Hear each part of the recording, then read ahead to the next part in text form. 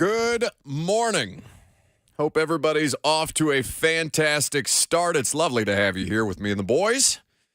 Got you until 1 o'clock. Jump in if you want to. 615-737-1045. That's the number. If you would like to join the proceedings. Just tweeted out a little bit of news from my Twitter account to get the show started. Taylor Lewan is officially filing suit against a very famous name in sports medicine. Talked about the audio that was going around from Bussin' with the Boys the other day. Lewan was talking about filing a lawsuit. Well, that document is officially public, and he is suing Dr. David Andrews, among several others who are responsible for the ACL situation at this point. James Andrews, rather, not David Andrews. 615-737-1045. So that was an update on that situation. Looking around at the various things happening here locally, we're going to have Brooks Kubena of the Houston Chronicle talk about what's going on with the Houston Texans. And it's been a while since we've taken a look around the AFC South. Greg Cosell going to give us some analysis on Anthony Richardson and the Colts momentarily. But there were some additions made to the front office, or an addition made to the front office earlier today. And this is courtesy of Albert Breer of Sports Illustrated, who first had the news. And this was to be expected, right? Once we get through the draft process, Rand Carthon is still working with a fair amount of John Robinson's people. But Albert Breer, about 2 hours ago, the Titans are hiring Falcons college scouting director Anthony Robinson as assistant general manager. He's second to get that title. Under Rand Carthon, Robinson will oversee scouting. Fellow assistant general manager Chad Brinker will oversee football ops. So they already have one assistant general manager. They've added a second. That was something that we knew was going to happen at some point. And Robinson, was Monty Ossenforn an assistant general manager under Robinson? Was that a promotion that was given before a couple of seasons ago? Because I know that Ryan Cowden was an assistant GM. I can't remember if Monty's title here included assistant GM as well. But basically, director of player personnel. Right, but nothing specific to assistant general manager. Because basically an assistant general manager. I know, but I think not the title. Well, yes, I know.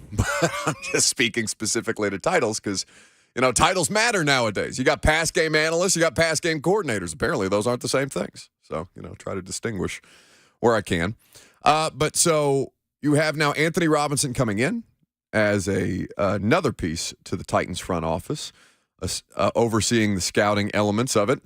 And Chad Brinker overseeing football ops. We talked to Chad Brinker on Saturday. It's the first time that we have had the opportunity to speak to him since he was hired from the Green Bay Packers. He was there for about 13 years. And apparently his job, among his various responsibilities, it includes overseeing analytics in the scouting department. Did you happen to catch any of that press conference on Saturday? I don't know how closely you were paying attention by the time we got to day 3. I did.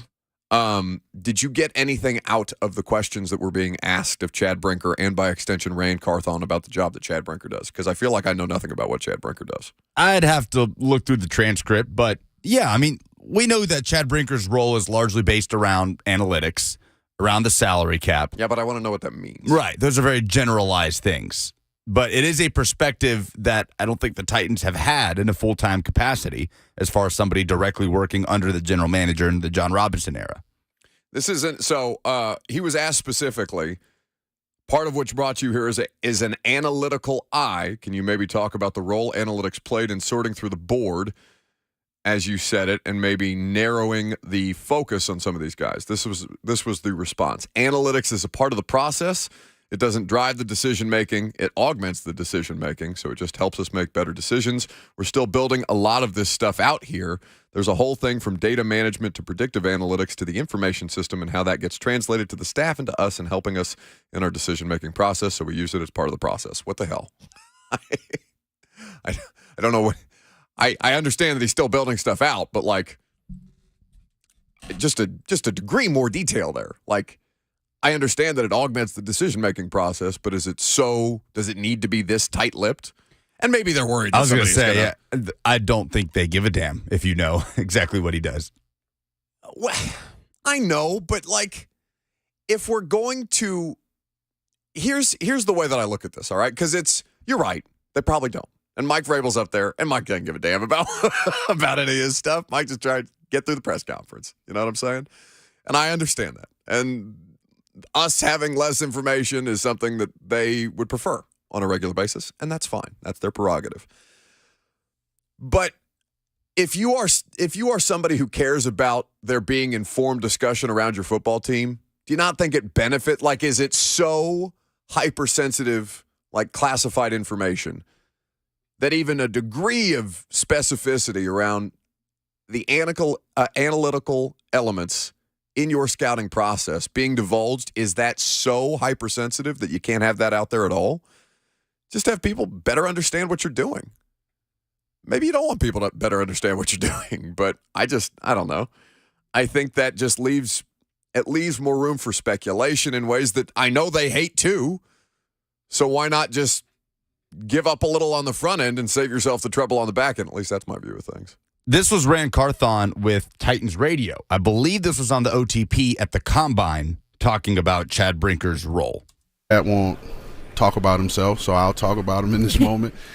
He's a guy that Green Bay thought enough of to pay for him to get his executive MBA from Northwestern, right?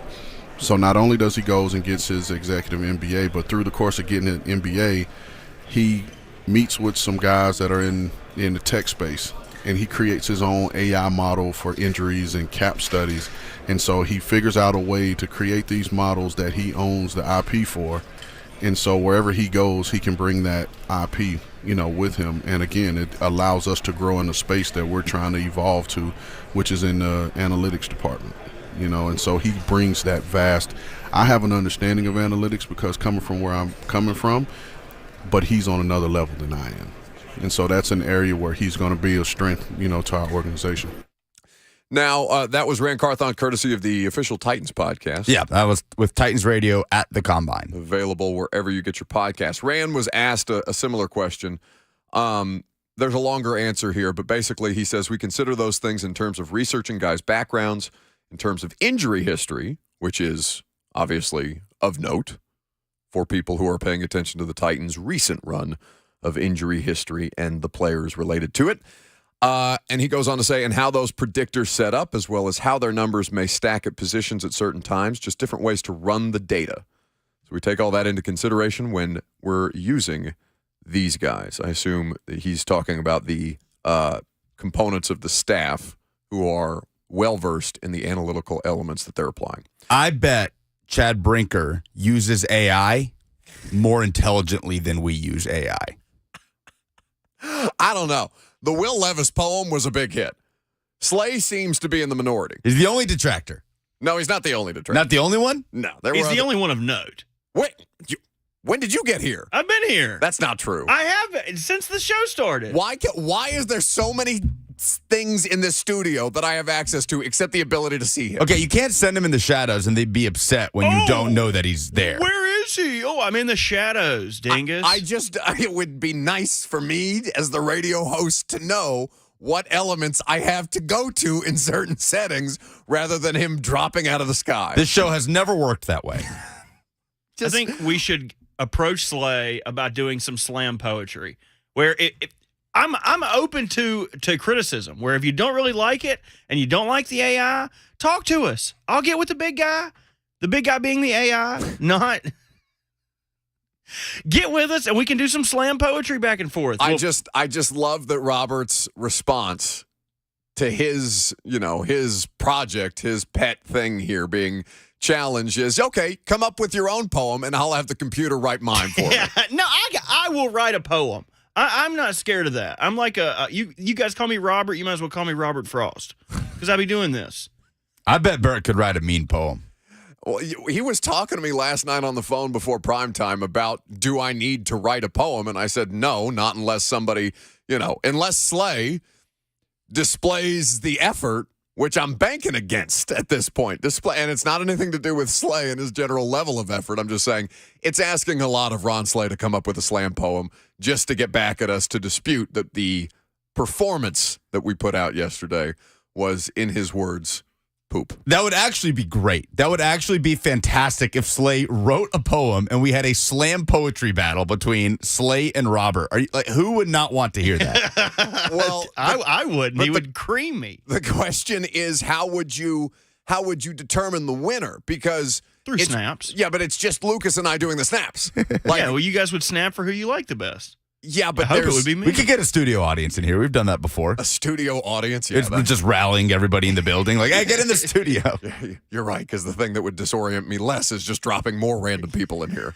But yeah, I'm going to guess that Chad Brinker does not just plug in like 6 words to Chat GPT to I'm figure better than out. that. I'm better. I'm very good. I'm a good prompter. I give it very good prompts.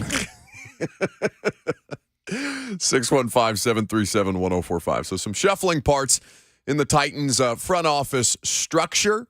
It seems at this point that I haven't seen them move on from any of the people that were currently in place, though I do imagine that there will be some changes. But when last I checked, about 20 minutes ago with some people, largely everything is kind of basically what I got back is we'll see where everybody's at when the dust settles. And so the dust, I think, is just starting to swirl at this point.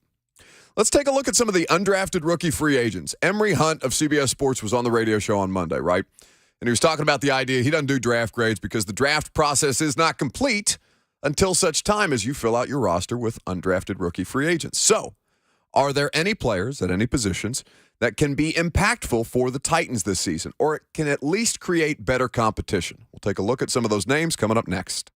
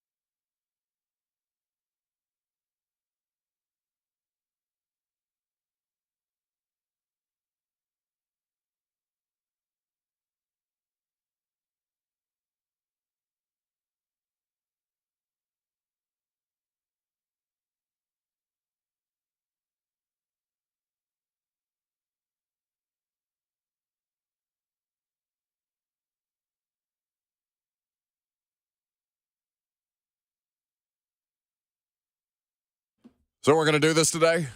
We're doing the May the 4th thing? I guess. Now, this is a Bert suggestion because apparently we are coming up on the 1-year anniversary of you joining our happy little dysfunctional family around here from 10 to 1. That's true. May 7th? You literally just said 7th. Don't act like you don't know the day that you started. I was making sure that was correct. Yeah, May 7th was my first day here. And you said that you were frustrated you were doing some opposition research. Yeah, I was watching you guys, and last year you did not play the Star Wars update on May 4th. And you thought this to be an egregious error, something that you had to come in immediately and fix. And how would you say after almost a year of work? Because I guess what, Monday is Monday the 7th? No. Is Sunday the 7th? Sunday's the 7th. Sunday's the 7th. We're off. Oh, I love that. Off on our 1-year anniversary. Well, you and I are not off because they're still prime time. We'll celebrate the anniversary Monday by doing that one chip challenge. Do you hear the sigh he just gave me? And so that's how we're celebrating your 1-year anniversary by making me do the one. You're doing it with me. You're doing half of this chip. He's doing it, and he's doing the mustache. I'll do a unibrow if that's what need be. Nobody asked you to. I just want to be involved. I got all the bets want to be right. left out. I just want to be here. All right, so we'll do the May the 4th thing. We're doing it today mostly because Tennessee football, at Vol_football, tweeted out because it is May the 4th, and of course, May the 4th be with you for the Star Wars junkies out there. You want to hear a Star Wars joke? Were you laughing in your head about the Star Wars joke that you were trying to tell us before you told the joke? Is that what just happened? No. What program do Jedis use to open PDF files? What program did they use, Robert? Adobe One Kenobi. I thought it was pretty good, man. I'll be here all day. Yeah, that's unfortunate. Shadows. Hold on, I wasn't ready. Snarlack? What the hell is a Snarlack pit? We're doing this today because Tennessee football tweeted out, "This is the way," with a picture of Joe Milton and Baby Yoda. And somebody quote tweeted it today in ways that had me laughing in the car for 5 minutes before I got out to walk up to the studio. Now I'm just imagining Joe Milton yeeting Baby Yoda 90 yards. And I can't stop laughing. So happy May 4th. Pretty good. Undrafted rookie free agents for the Titans. Who should you care about at this point? I want to play this clip from Emory Hunt from CBS Sports. He's one of the best scouts out there, not just because Emory knows the top guys. Anybody can tell you the names at the top of the draft. Anybody can put together the top 100 boards, right? It's the dudes that go on day 3 and go in the undrafted process that there's not a lot of intel out there about. So Emory came on the radio show on Monday. They said, I don't do draft grades until after the draft process is completed, which of course includes the talent that you can find in the undrafted rookie process. Yeah, that to me, it serves two purposes from a football standpoint and just from a media content standpoint. Right now, everyone has put out their draft grades, so no one's going to read that because everyone's doing it at the same time. So if I come out afterwards with a full draft grade on the undrafted free agents in addition to the draft class, I'm the only one on the block. So I get all the content, right? And then from a football perspective, we only have 7 rounds. And remember back in the day that the draft used to be 12 rounds.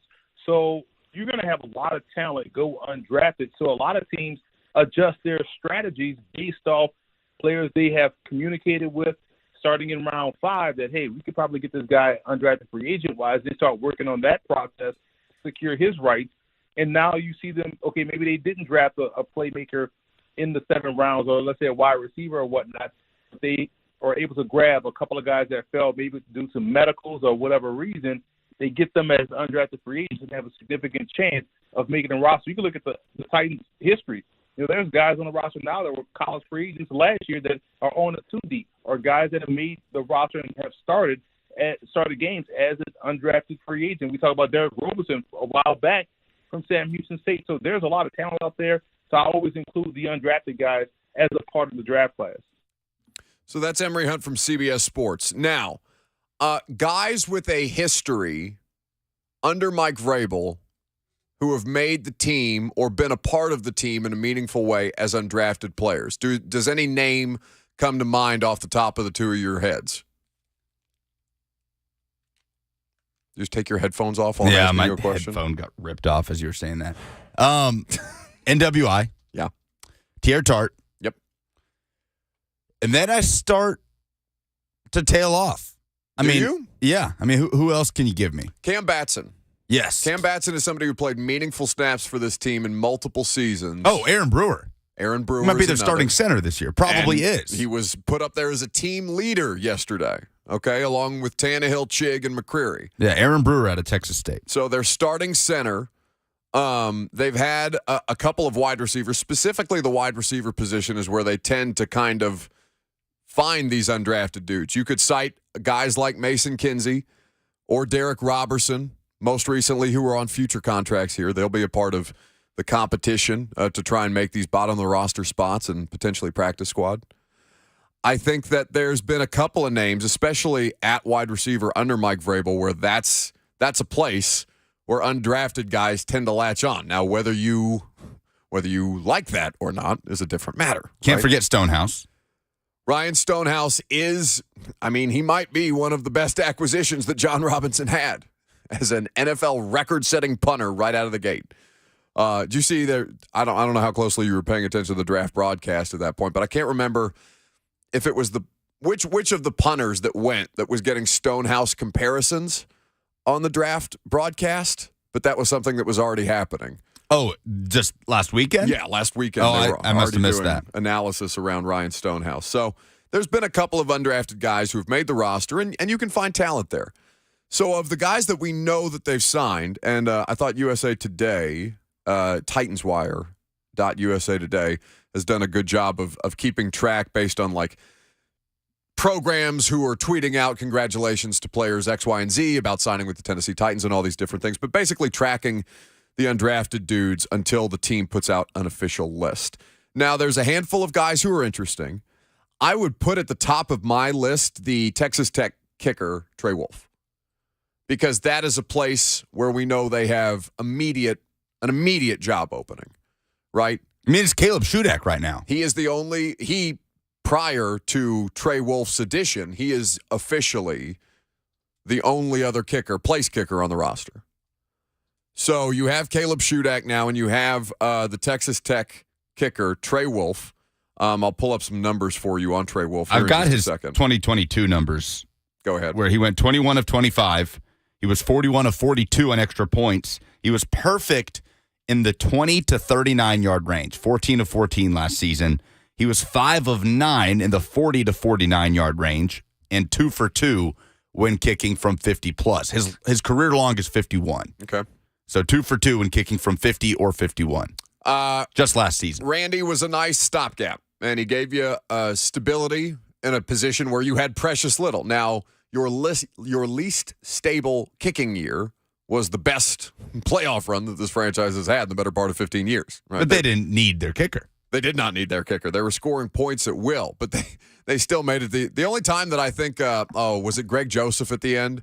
I think the only attempt that Greg Joseph had in his time on the roster was in the AFC Championship game. And, correct. By that time, the score, I think, was out of hand. No, the Titans took a 10-0 lead in that game. That's right, because Dennis Kelly caught a touchdown pass. Right.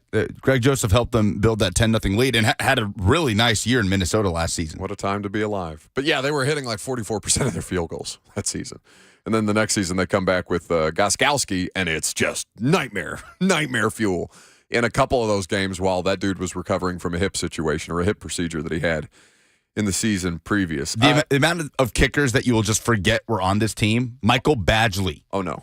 Was a Tennessee Titan. He was the week one kicker for opening week because Sam Ficken got hurt in Atlanta in the preseason against Arizona. Oh no, I know. I could name all of you, and I could. Do you want me to do this? I can do this. This is like such a lame party trick. Like okay, name the kickers. Okay, you want me to do this? I know you want to, so name them. I kind of do. Ryan Suckup, Greg Joseph, Ryan Santoso, Cairo Santos. Yes, my Brazilian brother.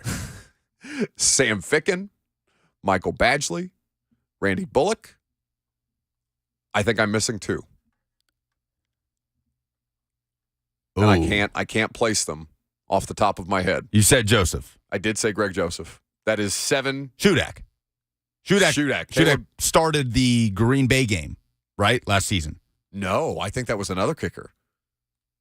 Oh, it was the kicker that Urban Meyer kicked. Yes, it was the Lambo. It was Lambo kicked in Lambo. Because he came out of the tunnel in Brett Kern's jersey, and he was like hype as hell. And it was weird to me to see that, because it was just a jarring moment. He had like this moment in front of the camera. You and I were standing at the tunnel together. You were in Lambeau Field with me, right? You saw him come out of the tunnel. Yeah, wearing number 6. That's right. It was bizarre.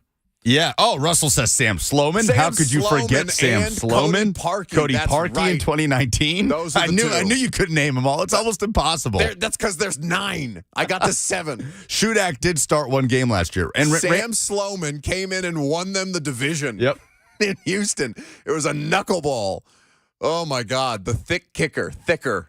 What a time to be alive that was. It's a lot of kickers. You know what? I'm glad we did that. I'm glad we took that detour into Titans kicking history, because that was basically over 2 seasons. Long story short, you could use a solution. And I have to think that Mike Vrabel cares about the field goal kicking situation, but like they sure do treat it casually, right?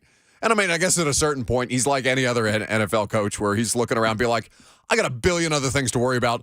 Either make the damn kicks or don't. Yeah. Like that I imagine is the conversation with Craig Aukerman, the special teams coach.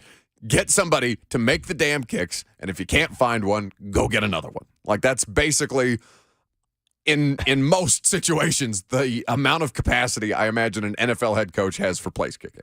In the YouTube chat, Jameson says, okay, now start from Al Del Greco. Like go all the way back to the start. I would love to. We're not going to do this here, but I would love to see if the amount of kickers that have started a game for the Titans just in the last 4 seasons would be equal to or greater than the amount of kickers that started at least one game for the Titans between like 99 to 2017. Oh, no, I'm between Del Greco and Baronis. Like, that position was, and Suckup even. Suckup held it down for a considerable amount of time. I would bet you, not sight unseen, I would bet you that they have played more place kickers in the Vrabel era, in the Mike Vrabel era, than have kicked in games for this franchise. I might argue in damn Oilers history. Going back to 1960. No, I'm being dramatic. But in 25 plus years of Tennessee Titans football, I bet you for damn sure that more kickers have played in games in the Vrabel era than have kicked in games for this franchise since it came to Tennessee. There is no doubt. All right. Wide receivers that they've added, because it's likely that one of these guys, if not 2, stick around in some form or fashion, whether that's active roster or practice squad. And obviously, receiver is the position that you are most hyper-focused on. The name that I think pops to everybody's attention first and foremost is the former Georgia wide receiver who was on both of the national championship teams, Kearis Jackson.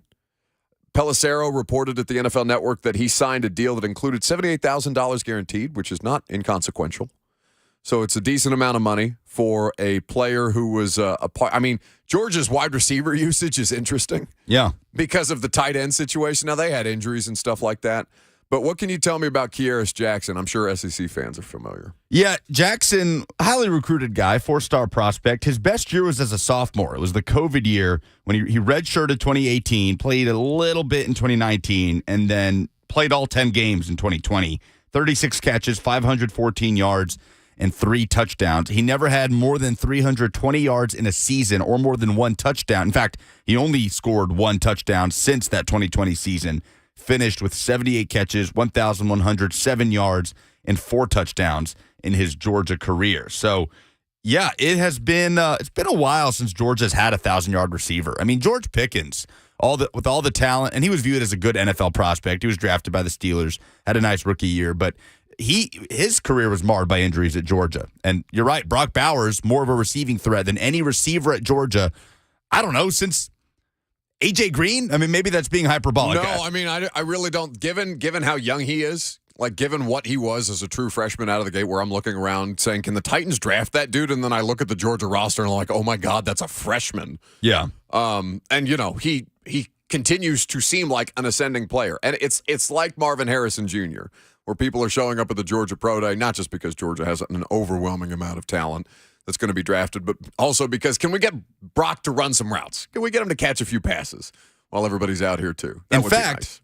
Georgia, if what I'm looking at is correct, has 1 1,000-yard receiver in its history, and it's Terrence Edwards in 2002. Not even A.J. Green? A.J. Green had 963 receiving yards in his freshman year at Georgia. Never surpassed 1,000 yards. Stafford didn't have a 1,000-yard receiver. Isn't that crazy? So, yes, Kyrus Jackson, this is Dane Brugler's. Is that just because they run the ball? I mean, they have so many running backs. I suppose wide receiver's never been one of those positions that you look at that Georgia program that they've really produced at a high level, other than A.J. Green. I mean, name me another Georgia receiver. No, I mean, I guess they haven't, prioritized another Georgia receiver recently. Oh, I'm sure that we mentioned Pickens, and that was just last year's draft class. I would struggle. Like a receiver of consequence, I'm sure there's dudes who have bounced around, and there's probably a practice squad player that we're leaving out. But Alabama has some of those dudes too, and they're even less memorable, right? Like Alabama and Georgia, outside of the top tier talent at Alabama, the dudes that catch passes at Alabama, a lot of them fade into the background. Oh, I don't know about that. Alabama's been producing the receiver position starting from Julio. Since Nick Saban got there. Okay. I mean, Calvin Ridley. Well, no, not even. I shouldn't put him in the same classification as Georgia because what you're saying is absolutely so. Yeah. I would struggle to name a Georgia wide receiver in the league. Mecole Hardman, Chris Conley, Isaiah McKenzie. Those guys. Was Ridley? Calvin Ridley. Yeah. Yeah. His brother, I believe, played at Georgia. The other Ridley. Okay. But Calvin played at Alabama. Anyway, right. Here's the one-sentence summation from Dane Brugler of The Athletic, who did rate Kyrus Jackson as his number 50 receiver in a priority free agent grade. He says, overall, Jackson is a sure-handed receiver with dynamic qualities, but he needs to learn how to more efficiently use those traits to create before and after the catch. Okay. So that's intriguing. That's it. That's one of these players through training camp who will be a discussion point as to where you can push players who are already on the roster.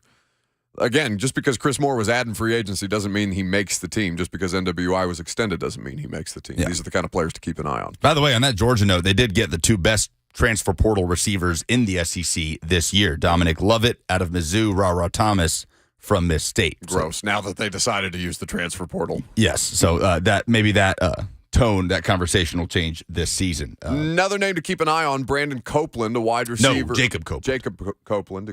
Jacob Copeland from Maryland, but his background is a little interesting, and SEC fans will probably know that name. Another four-star prospect. His final three was Tennessee, Alabama, and Florida. He's a Pensacola product. We were talking about this with Luganbill a few weeks back, leading up to signing day, when we kind of brought up some of the best signing day moments. Jacob Copeland responsible for one of the best signing day moments, or his mother responsible. God, that's him? Yes, his mother, an Alabama native, an Alabama fan that got up and just walked away from the setup where he had all his hats when he chose to go play for the Florida Gators. She was not pleased. It was on national television. Hilarious moment in signing day history.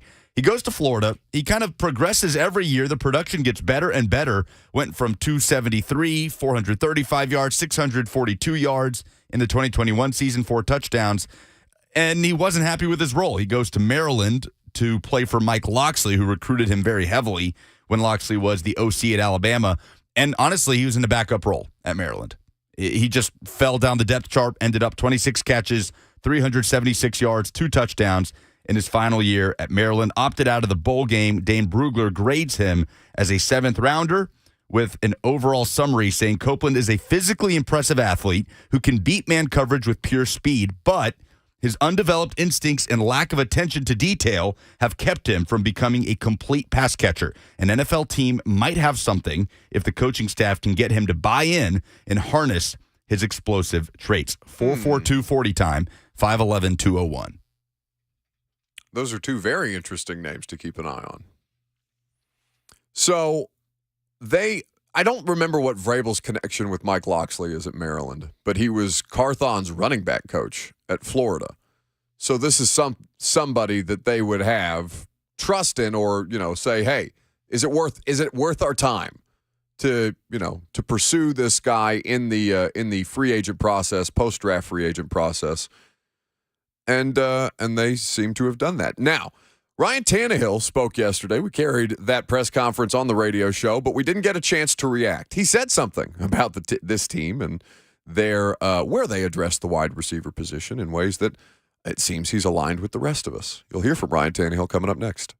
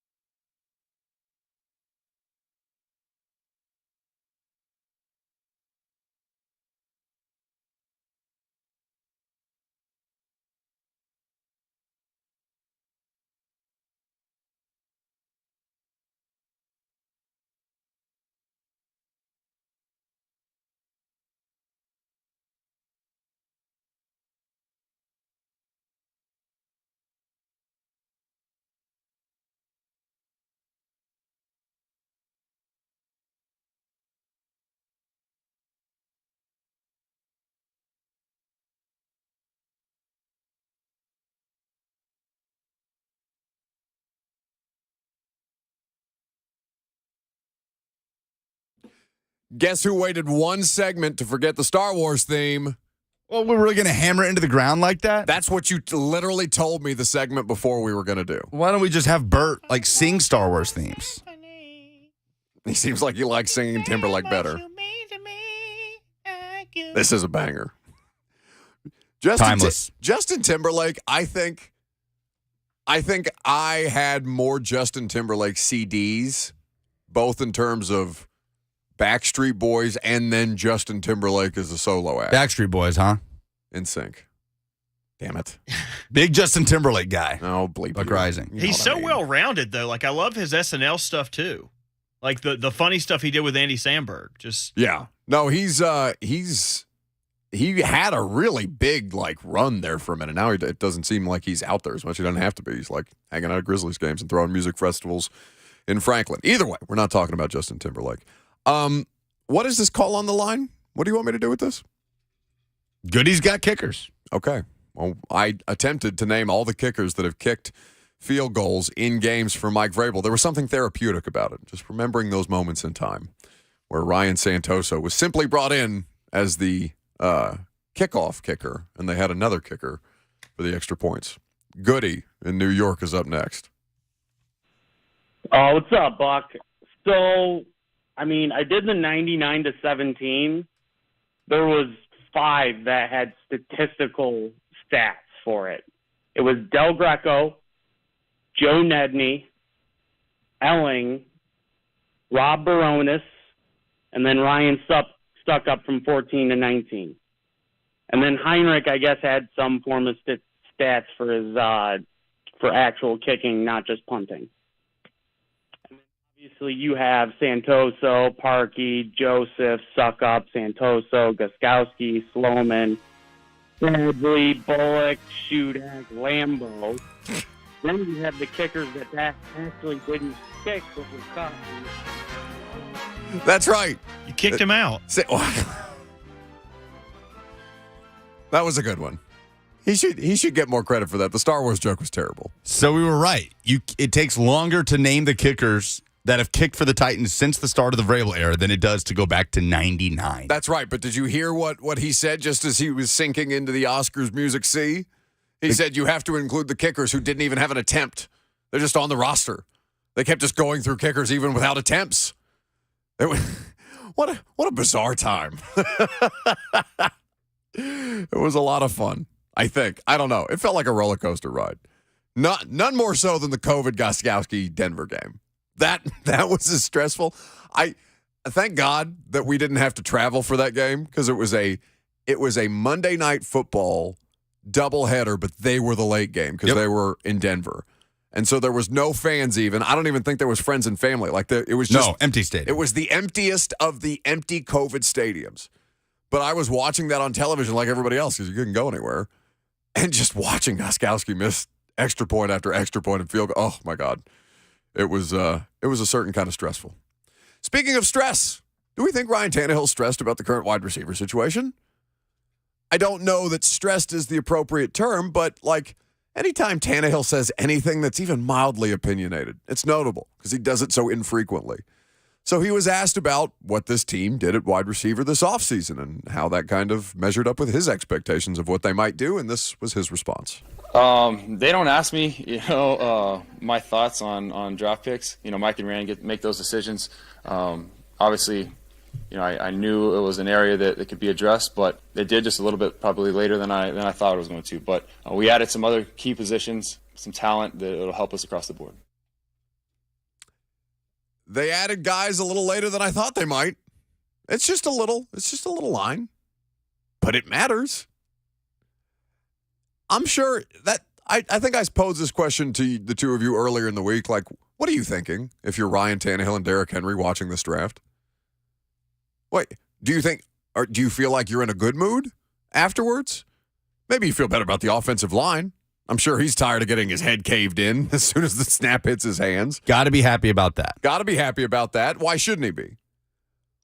But this kind of goes back to it's not the same as the Packers drafting Jordan Love in the first round when Aaron Rodgers has never played with a first-round wide receiver or something to that effect.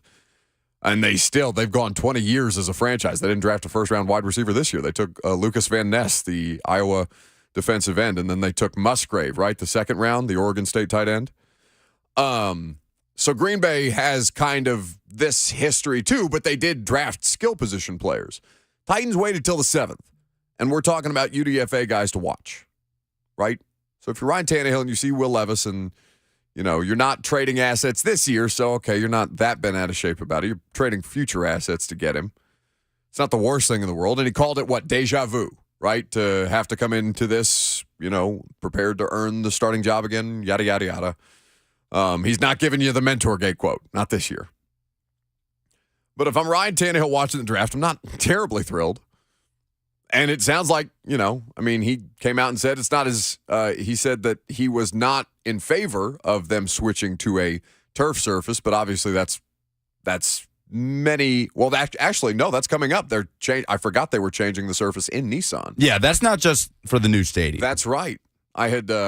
That had slipped my mind when he was being asked those questions yesterday. So, new playing surface, not crazy about it. That's something he and Will Levis are aligned upon. If you check out Will Levis' social media, there's a whole athletes against turf playing surfaces, coordinated effort that they're putting out, media clips about. When Byard was on the show, didn't you ask him about the new stadium and what he would want to see out of it? And he was just like, I just hope it's grass. Yeah. And of course, that's something that has not come to fruition.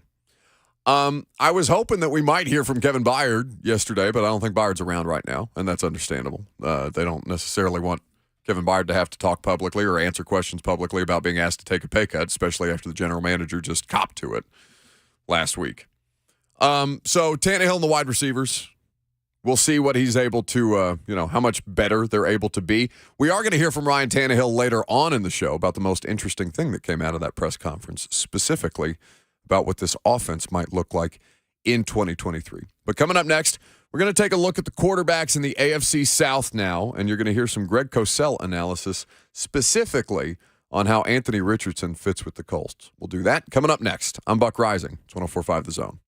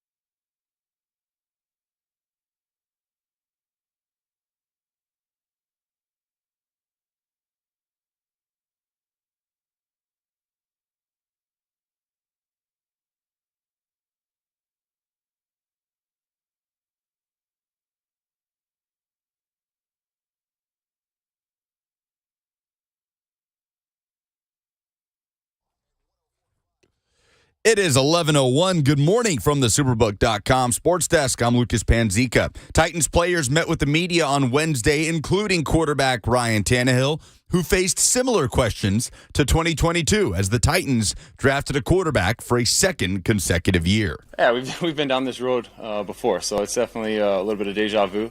But like I said, Mike and Rand make those decisions. My job is to go out and try to win football games.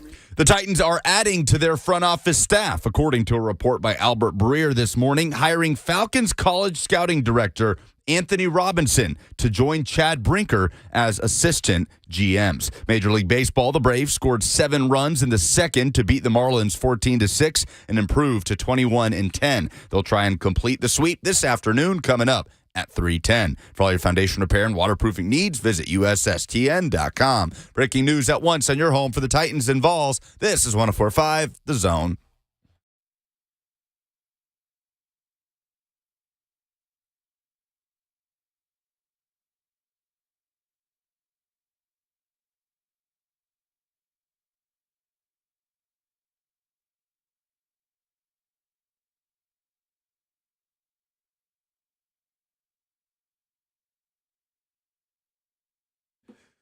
What's happening? Welcome into hour number 2. We're happy to have you guys here. Bert, Lucas, and myself. 1 o'clock is when things wrap up for us, so you got plenty of time to get your phone calls in. 615-737-1045 if you got them. Brooks Kubena of the Houston Chronicle going to join us to talk about what's been going on in Houston since the draft. Since C.J. Stroud, Will Anderson, and a cast of thousands, apparently, based on the amount of picks they had, ended up down there, and you'll hear from Greg Cosell on what the Colts just added in Anthony Richardson and how he likes that fit here in just a second.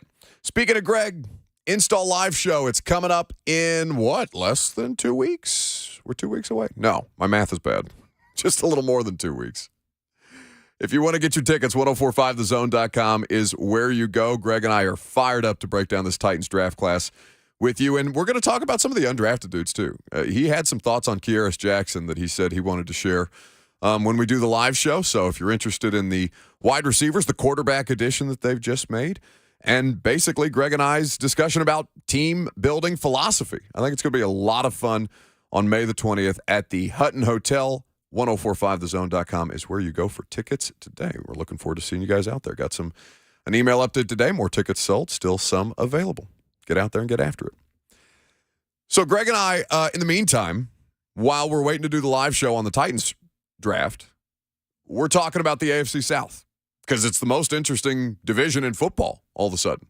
Football may not be good. It may take some time, and these guys might not all pan out. But now with the 4 quarterbacks who either are going to start, are starting already, or project to start at some point, you could argue that it is the most interesting division in football. Houston goes Stroud at 2. We've already talked about, everything around the Titans at 3, and were they really ever going to have a chance to take Stroud, and did Houston basically prevent defense from even letting them get in the game for Stroud by blowing smoke up everybody's butts for 2 months and then just ending up taking the quarterback anyway and then trading back up for Will Anderson. So Stroud goes 2, Richardson 4 to Indianapolis. And we talked earlier in the week about which is the bigger risk. Richardson as a starter, because that's what Jim Irsay seems to be signaling. Not seems to be, he said Anthony Richardson is going to start. Or Will Levis with Ryan Tannehill as a buffer and likely starter, at least to begin the season. Now, I don't know what you ultimately determine, but there does seem like a higher percentage chance of Richardson being a better player or the floor falling out from under it, right? It seems like people can't settle on him just being an average to above average starting NFL quarterback. He's either got to be the next Josh Allen or he's going to suck. That's basically all the opinions a week after these guys get drafted. A week to the day, as a matter of fact. So I was asking Greg yesterday on the podcast, the new episode available right now, about Richardson and the fit within that offense. And this was Greg breaking down what he likes about Anthony Richardson in Indy. Obviously, I evaluated all these players before the draft. Buck, you know that.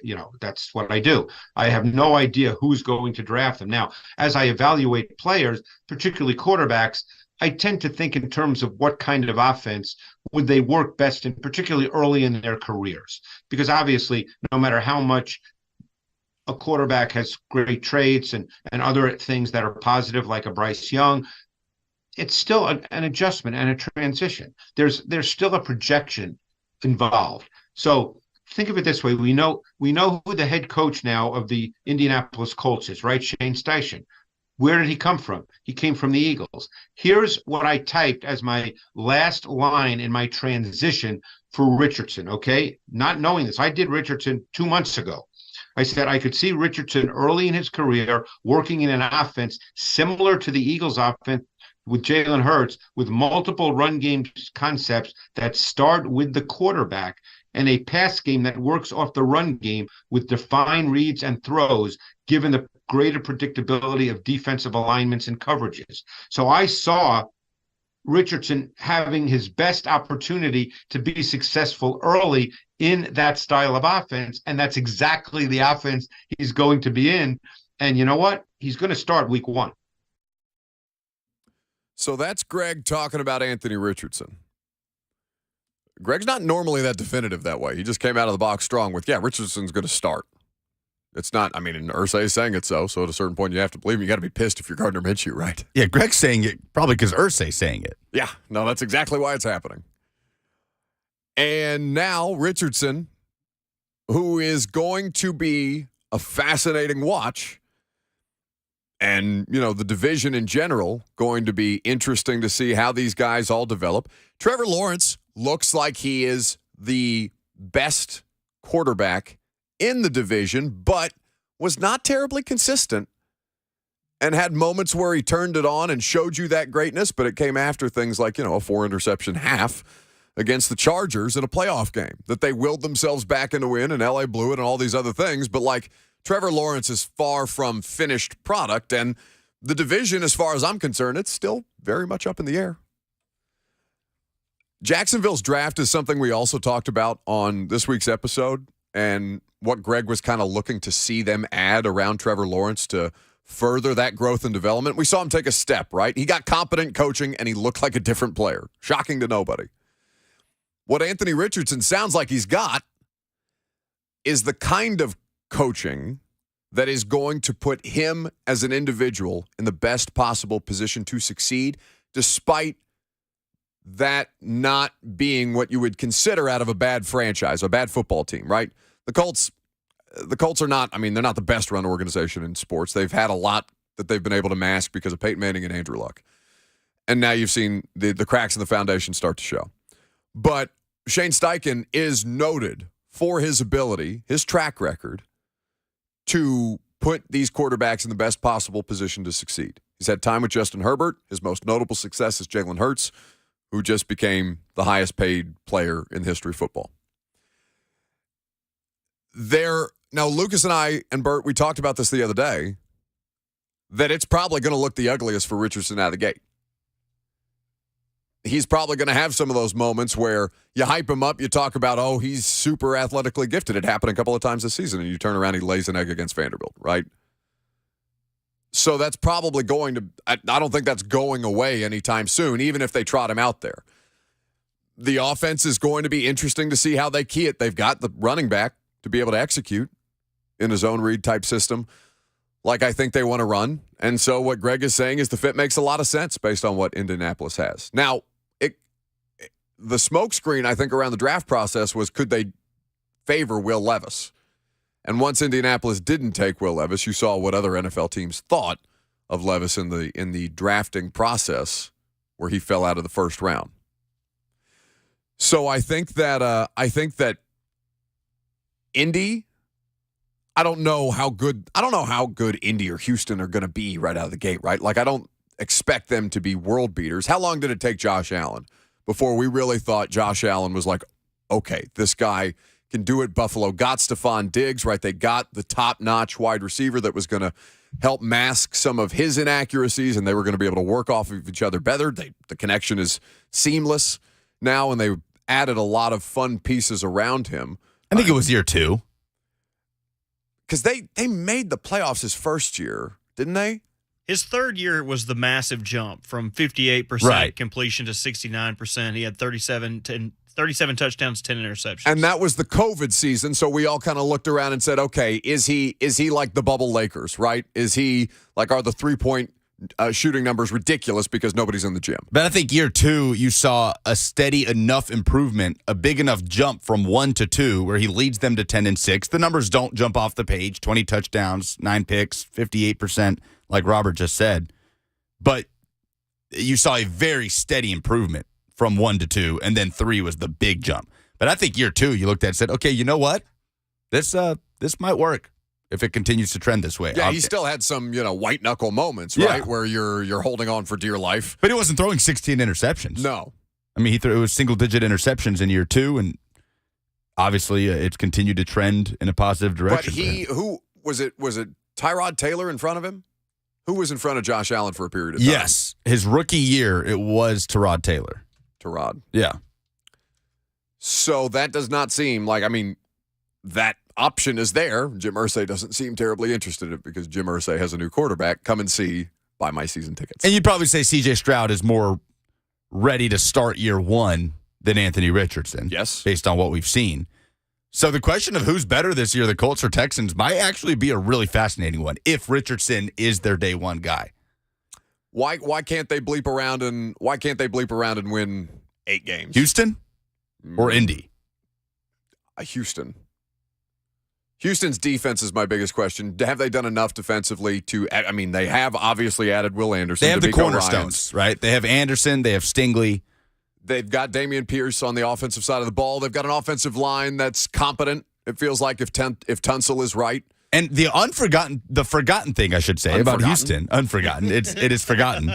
John Mechie. Oh, settle down back there, Amendums. John Mechie, 2nd-round pick out of Alabama. He didn't think that was funny. He's coming back from cancer. I'm settled. Didn't he have, was it Hodgkin's lymphoma? I don't remember the specific kind of cancer, but I know that he has been recently cleared. It's one of the best stories in sports that he has been able to return. It was not Hodgkin's lymphoma. It was a sort of leukemia that I can't pronounce. Okay. So they do have John Mechie, the Alabama wide receiver, who had that unfortunate diagnosis, along with the ACL injury. Didn't he have an ACL tear? He did get hurt. I remember Jameson Williams had an ACL tear. I think Mechie's was earlier in that season, or an injury earlier in that season. I don't want to be saying things recklessly after I've already done it. Good job out of me. He suffered a torn ACL in the SEC championship. That's right. That's right. Okay. So Houston and Indianapolis are both fascinating. We are going to do a whole separate episode on Houston because Houston has a lot more that they did, and they had a lot more assets. So Jacksonville and Indy are what Greg and I covered on the latest episode of The Install, the Titans draft class, and the philosophical approach that this team seems to be taking in Rand Carthon's first year. You can come to the live show at the Hutton Hotel, the Analog in the Hutton Hotel, May the 20th. Tickets available at 1045thezone.com with Greg and myself in person for a live taping of the podcast. We're fired up to have you. What we will get into next, Brooks Kubena of the Houston Chronicle is going to join us, and we'll talk about what it has been like in Houston with the addition of all of these new players and how that forecasts for that franchise's future. I'm Buck Rising. It's 1045 The Zone.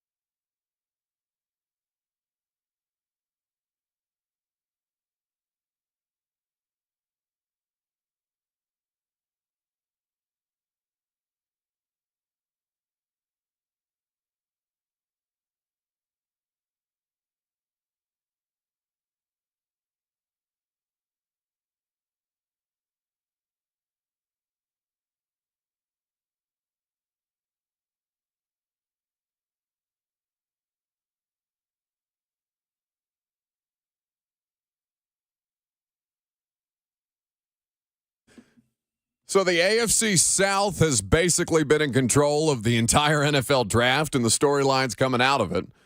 Houston Texans being a big piece of that. Brooks Kubena of the Houston Chronicle and Sports Radio 610 down there joins us now on the show. Last time we talked to Brooks, it was a combine, and he was talking about all the things that he'd been doing to keep himself busy through another bad Texan season. Buddy, you got to be drowning in stuff to talk about right now. This is a fascinating situation this franchise is in. Yeah, the most active draft cycle in their history, and really you start to wonder about it in the entirety of the Houston's football history. So, yeah, I mean, you got 2 first-round picks again, but, I mean, they traded up for Will Anderson, now to all the conversation around C.J. Stroud, Will Anderson, the rest, and, what they're able to do here going into the first year with DeMeco Ryans is definitely awakening all the Texans fans who put themselves into protective disappearance the past couple of years. Yeah, Tennessee has had a similar stint like that. I think they're familiar with that pattern of behavior. At B Kubena is where you can follow him on Twitter. Look at you got your Twitter account back just in time for all of us to get our blue check marks taken away. B Kubena is where you follow him. I'm going to credit you guys for that. Like once I started talking about it on the air, that's when Twitter really started listening. Well, you're going to have a very successful sports radio career then, Brooks, because once you start to believe that what you say into the microphone actually matters, that's the sense of ego that we all have that gets us through 3 hours in the day-to-day. That's how it goes. At what point did you have an indication that Houston not only taking Stroud was real after the kind of, weeks and maybe, month and a half that we had started to see, all right, maybe not, from people like Adam Schefter and Peter King out there in the public sphere, and not only taking Stroud at 2, but trading up for Will Anderson at 3? The trade was a surprise, but in the months leading up to the draft, I had written and said on air, because that's how important I am, that it would be a quarterback-oriented decision. It was either going to be Bryce Young or C.J. Stroud, depending on who was available. That was a consistent report from me and my beat partner, Jonathan Alexander. That's what we had heard. And even in the weeks, in the week leading up to the draft, he and I had caught indication that there was more. The Texans were looking even more into Stroud. So that was how we both ended up taking what we reported mock drafts. They don't really mean anything, but it is a little timestamp there. Both of us said C.J. Stroud. It had appeared in a lot of our stories and how we'd been talking about it. So Stroud, I mean, the context around that, I mean, y'all saw watching the Texans play last year. Davis Mills, it could have been a good situation. They tried to put him in a favorable deal with Pep Hamilton and give him all the opportunity, but they did less with more offensively. They needed a quarterback. They went into this offseason needing a quarterback.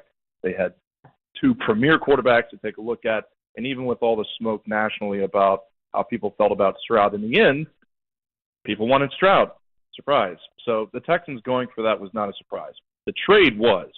How were they going to manage getting an edge rusher, a defensive player that DeMeco Ryans really liked? There's some context behind this. Like the Texans obviously are in a situation where Nick Casero's fired 2 coaches in 2 years. He's hired 3 in 3 years. And Cal McNair was in the process of hiring DeMeco. He was more involved than he had been ever with Nick Casero in terms of how he was going to get a head coach. There was a lot of speculation on Cal McNair's involvement, the McNair family's involvement in the draft. And what I had heard, and it matched up with what I eventually asked Cal McNair on the record on after the draft, was there's a standard base of, okay, there's an expectation for you to win. There's a performance that you need to have this year. And Nick Casero couldn't guarantee that he's going to be back next year. So you got to make a decision. All right, who's the most integral position to help us win? Quarterback. What else do we need to do to help us win right now? Well, we need to give our head coach, the defensive-minded guy who built the best defense in the NFL last year, the player he really likes. So they worked out the trade, and really you look at that and it really surprised everybody, and it's still a bit surprising to think about now, but it equips them in a very big way, and they still have 9 draft picks next year, a first, a second, a third, all the way through the 7th. The only thing they don't have, I believe, is in no, they covered all the rounds, I believe. So yeah, I mean the trade was a surprise there for me that day, but in the time since, it started to make sense in terms of what they were trying to do. Brooks Kubena of the Houston Chronicle here with us on 104.5 The Zone. We're talking about everything that has taken place in the AFC South in the week since the first round of the NFL draft. At B Kubena is where you can follow him. Yeah, that was and we were obviously paying attention here in Tennessee because interest of the Titans in trading up to 3 with Arizona, potentially for Stroud, had the Stroud situation at 2 not come to fruition. That was something that was of great interest to the coaching staff and the front office here, but obviously that was something that was not ever afforded to them as a possibility because Houston did the obvious thing. Now, you brought up Caserio. I thought it was so interesting, Brooks, that, and I believe it was Pro Football Talk, Mike Florio, that had the report that Caserio's job was in jeopardy, and that even mentioning Adam Peters, the 49ers assistant general manager who had declined opportunities with both the Titans and the Cardinals who had open spots this year, might be in place to take over for Caserio after the draft, pending certain circumstances. What did you make of the timing of that report specifically? It's, to my understanding and the things that the people I have talked to, that was not the case. Nick Caserio's job was not under question in this cycle. Like this, for the next year, beyond how the season goes and where it was going into next offseason, certainly. He was under a 6-year contract. You start to see the progress of the draft picks he made. What the situation here, and there was also a large rumor about Nick Caserio leaving after the draft, separate from even that report. And I had dug into that very deeply on my own and found that it was bogus. So then I didn't report things. You start getting into a situation like, do I comment on rumors that aren't there? Right. Am I going to be the fire and the fireman? And in the end, it started to proliferate. And then Nick Caserio went up the week before the draft and said, I guess I have to say it, I'm staying. It was never anything in my understanding that Nick Caserio was ever leaving or that he was going to be fired. So those reports were interesting to me, but that even a name was thrown out there, that's not something that I understand was going to happen. But from my understanding and my reporting and the people I've talked to, Nick Caserio next year, he doesn't have any guarantee through this season. And what those decisions he made in the NFL draft reflect that. And this isn't just like my own, jabbering into the microphone because of how important I am, as we said earlier. Nick Caserio said it himself in other ways. After firing Lovie Smith, I think it was, he was saying he understood that the clock is ticking. He didn't really go into what that meant, but what that means is he has to show some level of progress. The other thing you have to think about is last year was the first time he had any first round picks. So Derek Stingley, Kenyon Green, a full on draft. After the Texans fired Lovie Smith, so they went through 2 head coaches. That's an enormous cost for any ownership, much less the McNairs. I mean, no one wants to spend $20 million plus 2 years in a row to get rid of a coach and his coaching staff.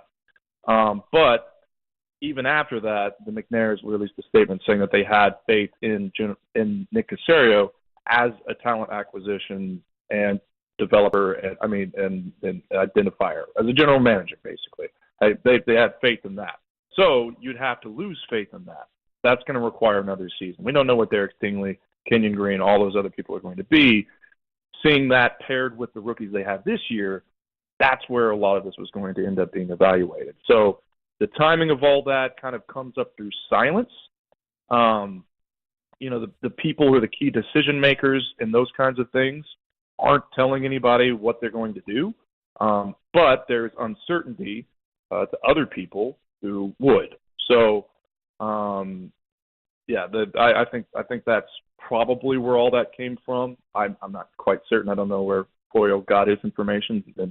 And otherwise, that would make sense to me too. But from what I understand, what I just said, that's how I read the situation. It's Brooks Kubena. You can read his work at HoustonChronicle.com. Follow him on Twitter. Brooke B. Kubena online is where you go. Or Sports Radio 610 to hear all the important things that he has to say on Tuesdays and Fridays. Thanks for stopping by, bud. We appreciate it. Yeah, anytime. Brooks there with us on 104.5 The Zone. So a lot of interesting stuff going on. I didn't realize that it was 8 draft day trades that Houston had executed as Nick Caserio tries to patch this thing back together. It's fascinating, but it's tough to pay attention when you two are jumping around back there, screaming in ways that I can hear through the soundproof glass just because Lamar Jackson is giving an introductory press conference after signing the 5-year, $260 million deal. Bert, we have not talked about this. You were basically drunk and naked in the streets of New Jersey all weekend celebrating this instead of being here for one of the most important weeks of the show. What are you doing? Why are you not letting me do my job? One, Lucas is trying to convince me that this new wave of Taylor Swift songs, as he was saying, slap, and I can't get down with it. But then I see my guy Lamar. He's took his hair down. He's ballooning up. He just looks bolsterous and full of pride. And I think you have that shirt. No, I do have that shirt. I've seen you wear clothing in that color. What, that Lamar's wearing? Yeah, not that shirt specifically. We look good in the same things. We have a lot of the same flavor, a lot of the same fashion. There is same body type, same style. Well, he's definitely thicker. Yeah, dude, you should have seen him walk in. He's got some tight black pants on. You could tell that he's been running on them hills, doing some squats. Look like Lucas out there. Yeah, Lucas, who's missing the Lakers Warriors game the other night because he's playing rec league soccer. Yeah, got to be careful out there. I was talking to Glennon at the draft. Glennon's got a wrist sprain, like a wrist brace on because he fell because he's old. He shouldn't be playing soccer at this point. Playing soccer? He's playing soccer at this point in his life. He shouldn't be. First goal of the season Tuesday. I love you, Johnny. You did? Got on the board. That's cool. All right, but that does not ignore the fact that I'm trying to conduct an interview here. And the two of you are literally jumping around back there. What are you talking about? Bert is physically airborne while this press conference is going on. But Bert did get airborne at one point. He was levitating. Dude, it's the only time I can't see him when I need to see him. It's only the times when I don't need Bert in my life that he's literally jumping up and down or rolling around back there on an office chair in ways that a 5-year-old He's would. on cloud 9. You know how people say, like, you feel like you have your best thoughts, like when you're in the bathroom, like sitting down on the toilet or in the shower? Like, Yeah. I feel like I have my best ideas when you're in an interview and me and Lucas are just back here yucking it up.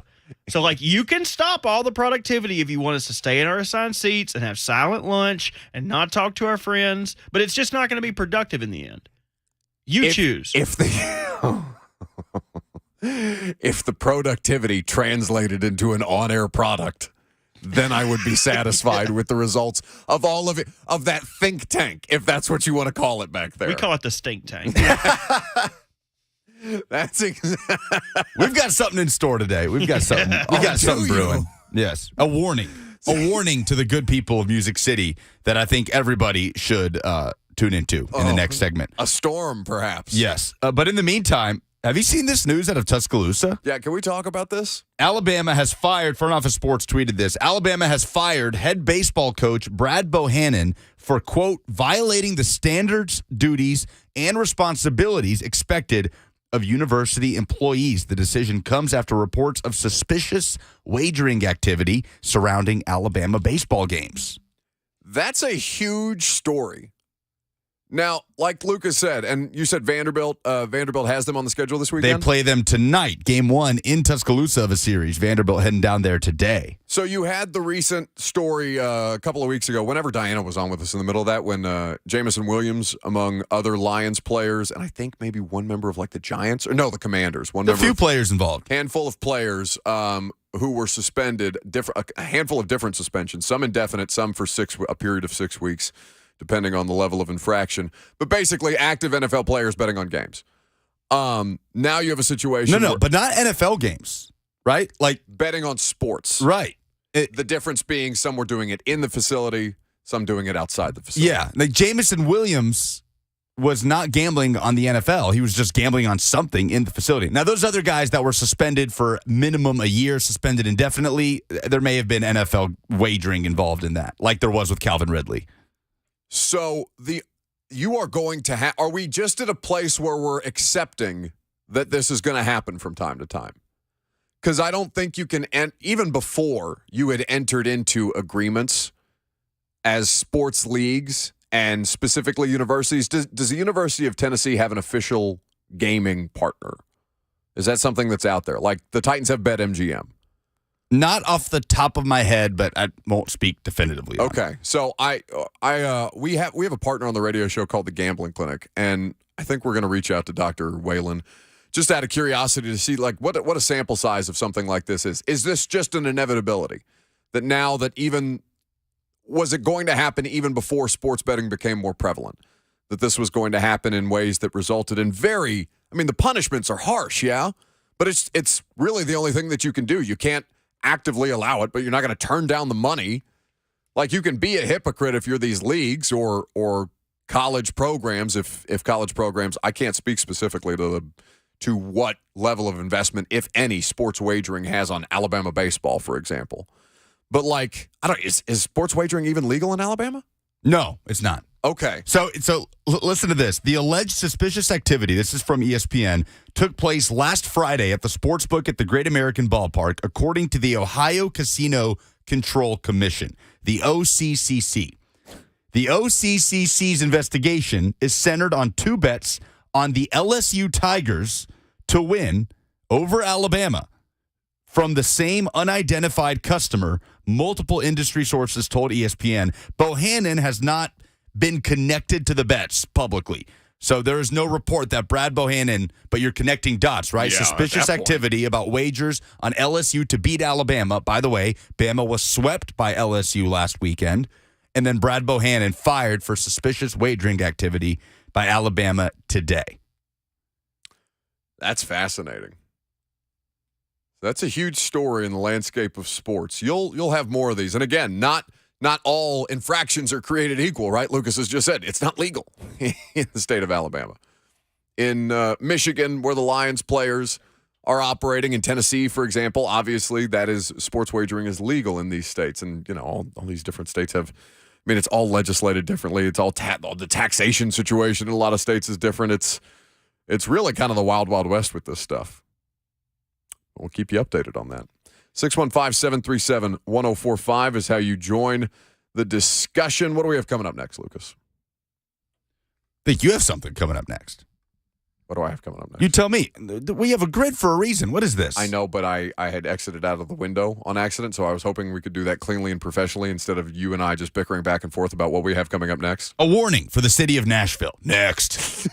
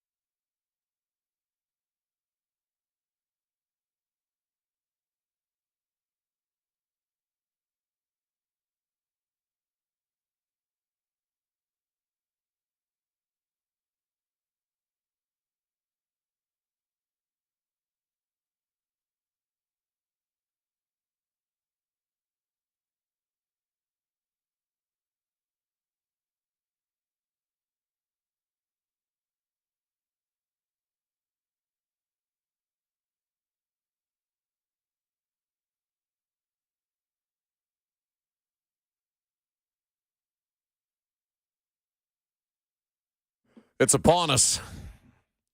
The end is nigh, kids. You see this video? I think it was New York, right? Has she already been to New York, Taylor Swift? I think it was Atlanta was her previous trip. Atlanta. So that's the, what's the name of the train in Atlanta? The MARTA. The MARTA system in Atlanta. The Swifties, they're waiting on the terminal. You see them. They're like dead bodies. They're like zombies waiting for you on the platform. And all of a sudden, the MARTA doors open and they rush with streaming mascara, with tears of joy, tears of sadness, tears of relationships past, all screaming, "It's me. Hi. I'm the problem. It's me." You could say those MARTA doors were like matadors. What are you doing? That was good. I don't give a rip what you think. So Taylor Swift is descending upon Music City. That's right. Shows at Nissan Stadium Friday, Saturday, and Sunday. Now, we've established on this. It's actually 3 days? Yes. Oh, my God. We've established on this show that we would love Taylor Swift tickets if you'd like to give us some. 615-737-1045. I think I have an email to somebody in this building about Taylor Swift tickets, but I have received no confirmation. Oh, not going to happen. Yeah, I wasn't confident to begin with, but it was a Hail Mary. I thought I'd try. Listen to this graphic. Channel 5 put out a graphic of the roads that'll be closed this weekend. So this segment is a PSA to Nashvillians. Starting Friday, May 5th, tomorrow at 1 p.m. through Sunday at midnight, the following roads will be closed. I'm not even going to list all of them because there's too many. Interstate Drive from Woodland Street to Shelby Avenue. That's going to be a pain for me. Russell Street from Titans Way to Interstate Drive. South 1st Street from Woodland Street to Russell Street closed off. Shelby Ave from South 4th Street to Hermitage Ave closed off. Titans Way from Victory Ave to Russell Street. A litany of roads closed off for the entirety of the weekend. So that would be bad enough. If Nashville and Taylor Swift wasn't dominating this city, just her, that would be bad enough in and of itself. Although, hey, if anybody wants to give me tickets, 615-737-1045. Would you stop? Nashville's going to be covered in glitter. I think there are literal laws against what you're doing. So we know Taylor Swift is coming to town for 3 shows, but there's a lot more.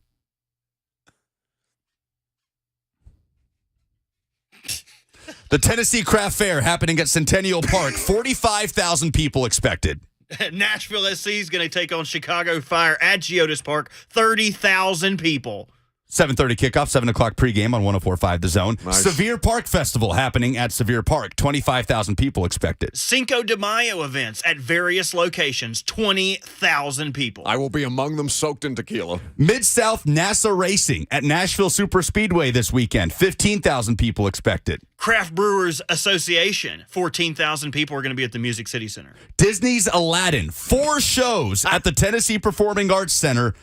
Almost 10,000 people expected. Eat it, Taylor. Make it 10,001. I'm going to be at that. Grand Ole Opry House is going to have 8,000 people. Trevor Noah playing 3 shows at Ryman Auditorium. What? Over 7,000 people expected this weekend. Oh, I'd rather have tickets to that. Whiskey Myers and Ascend, 6,800 people. Copland's Rodeo and Elgar happening at the Skirmerhorn Symphony Center. I don't know what that is, but almost 4,000 people will be there. They're having a rodeo in the Symphony Center?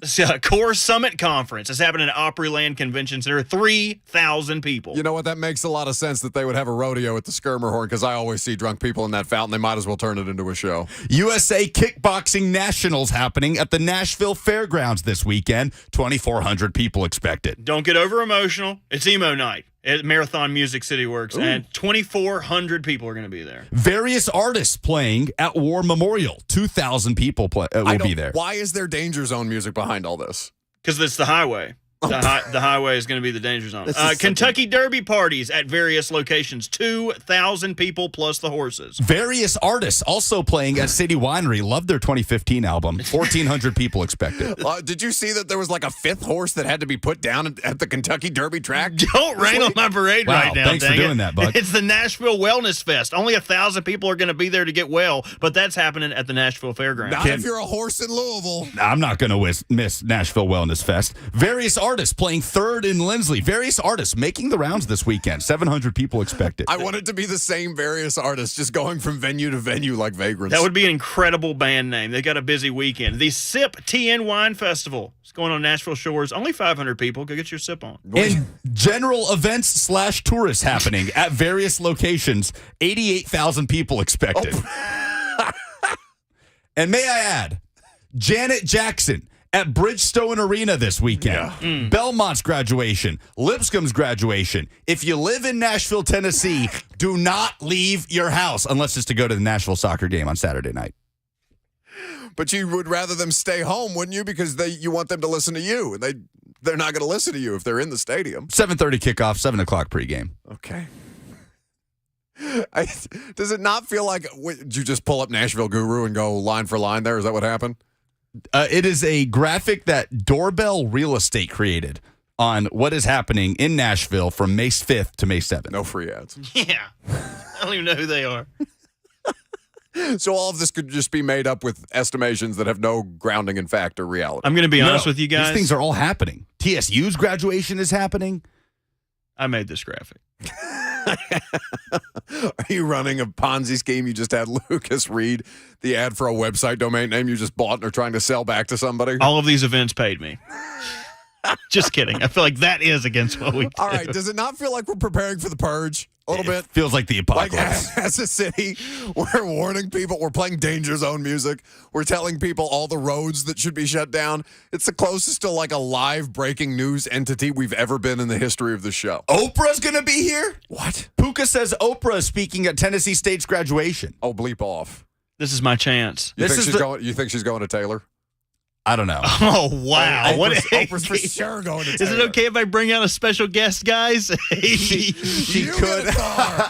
You get a car. I would lose my bleep. Taylor's like, this is Nashville, and there's always people in town. Everybody welcome Oprah Winfrey. Look under your chair. Ladies and gentlemen, Oprah. Oprah could go to Taylor Swift if she The wanted to. place would implode. You think that mouth breather in the YouTube chat has revoked our man cards yet? I haven't seen any revocation.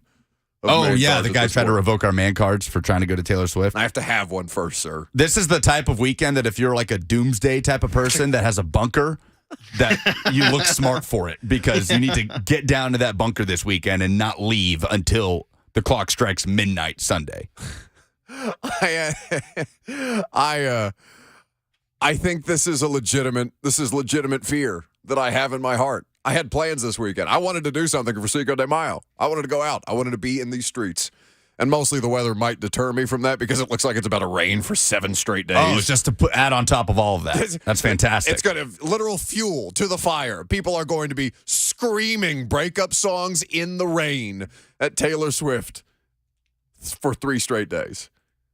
I cannot imagine a more vast and wide-ranging hellscape. Like, think about that. The city of Nashville is about to enter into. As if Taylor Swift wasn't enough. Janet Jackson at Bridgestone, Trevor Noah at the Ryman, and then all of those other things we just listed. Nightmare fuel. Somebody just said you didn't mention Big Jeff's contract party at Weekend Lounge Church Street. Didn't Weekend Lounge closing? That's a shame. That's an institution. 615-737-1045 is how you get involved with the radio show. D. Good says on YouTube, Buck is for the streets on Cinco de Mayo. Hell yes. Good luck getting anywhere. Yeah, I'm going to have to get drunk on tequila in my house. It's fine. You guys want to come over for Cinco? Love that. You can't because they've sectioned off East Nashville from the other bank. What am I going to teleport? Am I going to get there, Buck? I thought Elon was supposed to, instead of ruining Twitter, Elon was supposed to come up with a tunnel system. Let me just strap on my jetpack and fly over to your house. He was supposed to make it like the Jetsons. Instead, he took my check mark, and I'm still bitter. We're going to talk about what Tannehill had to say about the new Titans offense coming up next.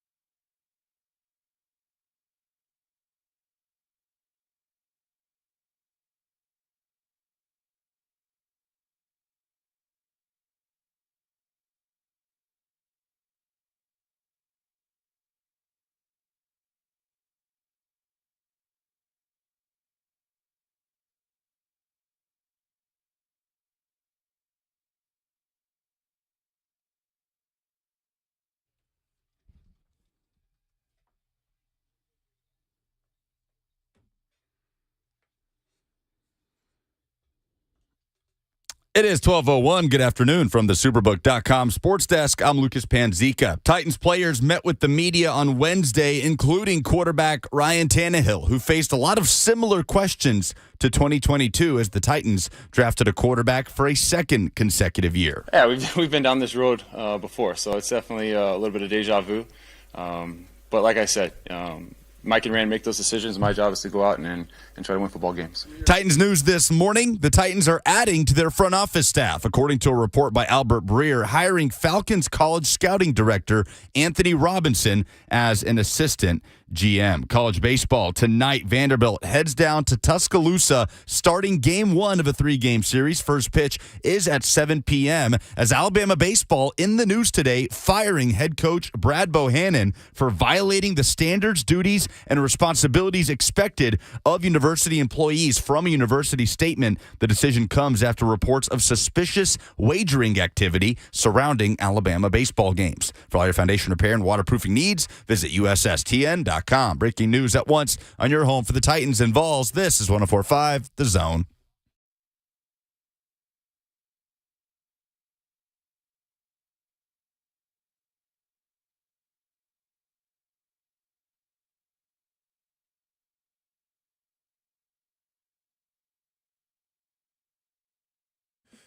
Final hour is upon us.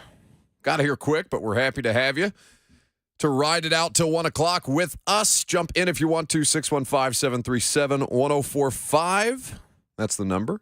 Just got an update from the NFL on the offseason schedule for all 32 teams. Titans meeting with the media yesterday, handful of players. You're going to hear from Ryan Tannehill on this new look Titans offense here in just a little bit. The offseason workouts, though, officially announced. You got OTAs coming up May 22nd, 25th, 30th through 31st, June 2nd, and then June 12th through the 15th. Rookie minicamp next weekend, May 12th through the 14th. And I know media is going to be out there on that Saturday. So I'm going to do steeplechase in the morning, Titans practice in the afternoon. Sounds like on Saturday the 13th. It'll be a good time to get back out there. Levis isn't supposed to be here for a couple of weeks, though. I know most of the rookies are here. I know they've been making the rounds on the radio station. Skronsky was on the morning show today, yeah? Yeah, Josh Wiley on Blaine and Mickey yesterday. Okay. Was he good? Yeah, he was fun to talk to. What'd they talk about? Talked about his transition being a wide receiver basically his whole life and how he was kind of reluctant. He was honest about it. Was reluctant about making that switch to tight end, but he does tout his receiving ability as a big part of his game, and a lot of his football philosophies line up with Mike Vrabel's. So it seems like it may be a good fit. Okay. We will see. So the question is, what kind of offense will all of these players be operating in, and how similar will it be to what we are familiar with? Now, we know the foundational situation for the Tennessee Titans. As long as Derrick Henry's on the roster, they're going to run the football. But the question is, how can they better themselves as a passing game? How can they become more efficient? How can they maximize better the quarterback that they have? Because for a couple of years now, he's been under considerable duress. And I don't believe him to be as poor as the performances. I don't believe him to be as poor as the performances that they have put together as a team have been. I think there's a variety of different reasons why the Titans offense has really devolved in the last 2 seasons.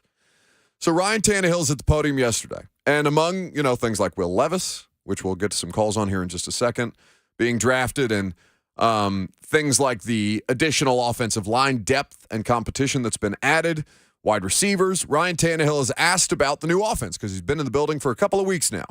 And this is his response. Yeah, no doubt. It's a big difference, right? New terminology, new concepts, huge changes, but, fresh line of thinking on things. So just having to get up to speed with how we're doing things, what we're calling things, different ways we're attacking the defense. And that's what we're doing right now, is using this time when we're not going against the defense to just try to learn the offense, get accustomed to the new terminology, the new terms, the new routes, and be able to translate that onto the field as we go. What are you maybe most excited about in the framework of that? There's a lot of excitement. I love working with Tim. Like I said, fresh mind, bringing in some new ideas, new concepts, different ways to attack the defense than we've had around here the last few years. So, definitely some excitement there. She kind of made it sound like tempo. Might be maybe tempo, maybe a little bit emphasized. Is that fair? Yeah, I mean, I'd like to think so. We'll see as we get going, right? But we know we want to put pressure on the defense. That might be tempo, might be personnel changes, might be different sets than in personnels than defenses are typically seeing. So, a big emphasis I think is just putting pressure on the defense, not just tempo. There's a lot of ways you can do that, and that's one of those tools. Okay, so that's interesting. A lot of significant changes is what Tannehill is saying. A lot of new concepts, fresh way of thinking about things. Now, I don't know if that's just something that you say. I'm going to take him at his word, that those are things that are actually being implemented. And if so, that's exactly what new offensive coordinator Tim Kelly was promoted internally to do.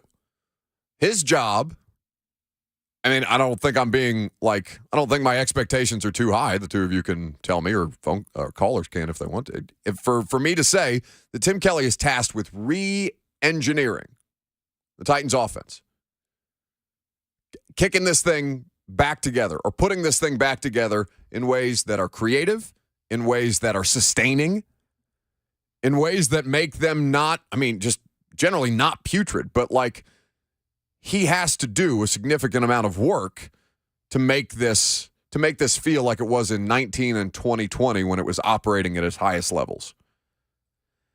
So that's now his job. Now Chig Okonkwo, who is now, the top tight end for the Tennessee Titans, you heard Rex, I believe that was Rex Rhodes' question about tempo and the involvement of the offense. That was a comment that Chig had made earlier in his press conference. Here was the Titans tight end. I would say just I see a lot of speed is involved. A lot of speed is involved. A lot of plays with where we're trying to go really fast and just take what we can before the defense can get there, trying to outflank guys.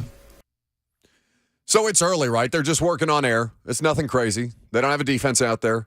They're just trying to get the basic concepts down. They're trying to, get things up to speed. Like you heard Tannehill say, new terminology, new concepts, huge changes, fresh line of thinking. And what Chig is saying is, yeah, all that, but fast. Now, in theory, that sounds great. I love the way that sounds. That sounds very not Tennessee Titans. I was surprised when Tim Kelly got let go in Houston. I got what was going on. No, I didn't get what was going on with David Culley. I didn't think the David Culley situation was good. But I was surprised that those two were, tied together that way. Because what Tim Kelly was able to do with Davis Mills, I thought was better than what we expected by far and away. Better than what we expected from Davis Mills as a rookie that year. And you saw the difference between Davis Mills with Tim Kelly and without Tim Kelly as a play caller. And we know that Mike Vrabel has tried to bring him in before because he respects Tim Kelly as an offensive mind. Now, Aaron Brewer, who spoke on behalf of the offensive line yesterday, said that the main difference has been the operational speed. That's something that you just heard Chig talk to as well. So, faster, new concepts. Okay. I like what you're trying to sell me.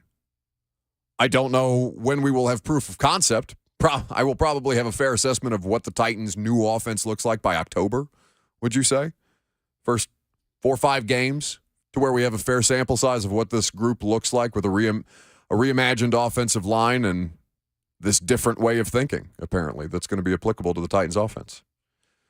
Does that excite you to hear Ryan Tannehill talking about that? Is that not the thing that we were most trying to see them accomplish? I mean, personnel changes are obvious. Whether they're to your liking, to the degree that you wanted to be satisfied, that's up for debate. It seems like people have gotten less anxious about it in the week since the first round took place of the NFL draft. But I think ultimately that was what you wanted to see them do. Now it's got to live up to the billing that they've just at least set the expectation for us to have. 615-737-1045. Is this Robert or Roberts, Lucas? This is Robert. Robert. Not our Robert. Okay. Well, there's an S on there. That's why I ask. Hi, Robert.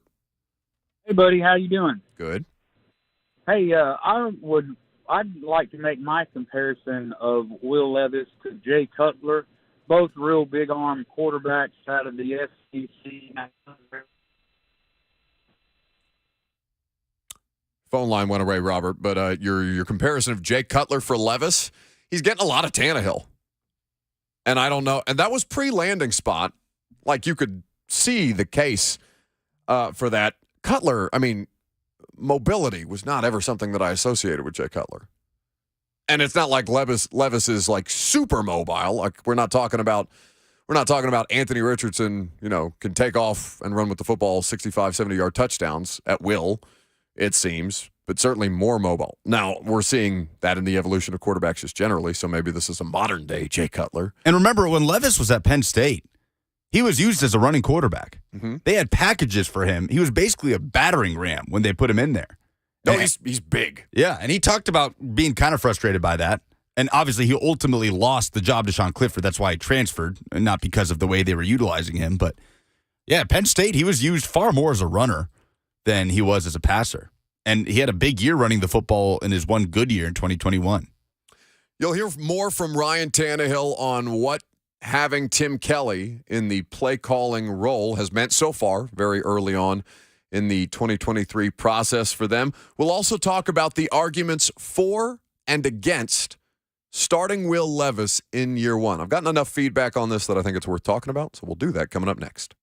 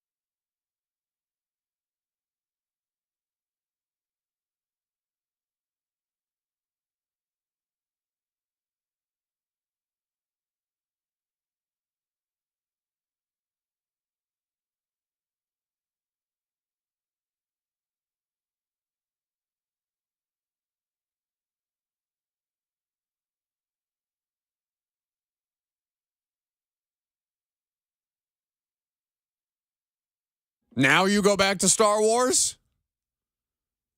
Why? Because this song slaps. It's a good song. What is the name of the song? Jedi Rocks from the remastered version of Return of the Jedi. Okay. Did anybody actually like the new Star Wars movies? Because, like, I pay for Disney Plus. I feel obligated to watch things on Disney Plus. The Star Wars shows are not bad, even though, like, I really don't care about the Star Wars stuff. It's just not something that really does it for me. Like, in terms of the intrigue with, like, the sci-fi concepts. It's like Game of Thrones. Like, I'm not crazy about the Dungeons and Dragons stuff, but it's compelling storyline. The acting's good. The writing was good for a period of time, and I liked it.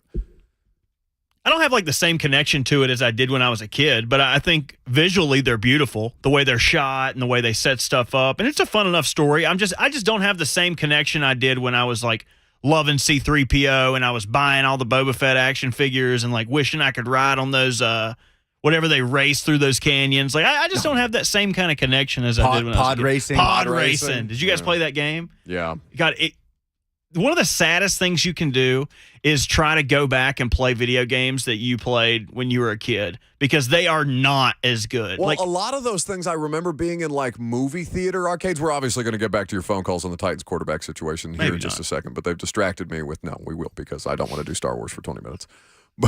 Maybe not. Shadows. I'm not Wait. doing it. What do you mean you're not doing it? Oh. I'm not doing it. Oh, we got some dissension. What? No, I'm not prepared for this. Bert's banding with me. No, I'm not done with you yet. I feel like the pod racing video game is something that I played in movie theater like arcades. Like the sad little movie theater arcades that would be off to the side. Nothing sad about that. Yeah, some of my best times. childhood memories were in those things. I don't know. All the games are sticky with somebody else's popcorn butterfingers. Like Yeah. it's not the most sanitary of environments. My hang up on the new Star Wars movies was just the idea that like this isn't what George Lucas would have done. So I'm having a hard time on with behalf this. of George Lucas. No, Are I'm you? not. I'm just knowing that he was not behind it. I liked the first one, and then the second new one just lost it for Really? me. It got ridiculous. It's like when the Game of Thrones. What's the name of the Game of Thrones author? He just decided to stop writing the books because he was having a good time being the famous Game of Thrones author. Yeah, well, the show caught up. The show got ahead of the books. And HBO was like, please finish this show so we don't have to. And then he turned it into something disgusting by the end. It was one of the worst endings to a television show like that of all time. Up there with Dexter. So bad. Dante wants to talk about the Titans quarterback situation. Hey, Dante. What's going on there, Buck? How y'all doing, brother? We're good. Just so you guys know, Star Wars is absolutely beautifully well made, and the acting, like you said, is decent enough that you can sit and watch it just like everything else that's on TV. That's subpar. Aside from that, but historically, look at what the Titans have done with the new quarterback. We bring a new guy in. We did it with Vince Young. We kind of did it with Mariota, and we kind of did it with Willis in a way. We get rid of the veteran. Or in some cases, we have a veteran that's not willing to teach the young guy how to move into the league proficiently. And I think we need to get a veteran on board that wants to be a leader for the whole team, for the goodness, and not just for his position, but for the organization as a whole. I'm going to leave with that. Thank you, guys. So he's just alleging that they need better leadership from the quarterback position? Is that the main takeaway there? So is that in reference? Dante's still on the line. Is that in reference to the mentor comments from last year? But see, look what we did to Vince Young. We got rid of McNair, and he was out there by himself trying to figure out how to be a quarterback in the league. And then you got Mariota. We got rid of the veteran there. Now he's out here trying to figure out how to be a quarterback in the league. It never turns out good for our quarterbacks without a veteran there to kind of lead the way and teach him how to Are be you the man. alleging that Tannehill's not capable of doing that? I guess I'm missing the point, Dante. So said it's not his job to be a leader, and that's the part with Tannehill. No, that's a misquote. He Now did you know say that's a that. He misquote, said it. Dante. No, No, that's a Tannehill direct said- mid-quote. It's a misquote. He did not say it's not his job to be a leader. Of course, that's ridiculous. Not to be a mentor. What's the difference? If you're not going to be a mentor, The difference it's is like in the any other- actual word. The difference is important, that it's a different word entirely. Leadership and mentorship are not the same. I don't mentor Lucas or Robert. I'm not doing MentorGate shows again. I swear to God. Dante, I appreciate the call. Thank you for doing so. 615-737-1045. The MentorGate thing was as dumb a conversation as I have had. It is not, my job is not to come in here and, Robert, Bert, you're like my age, aren't you?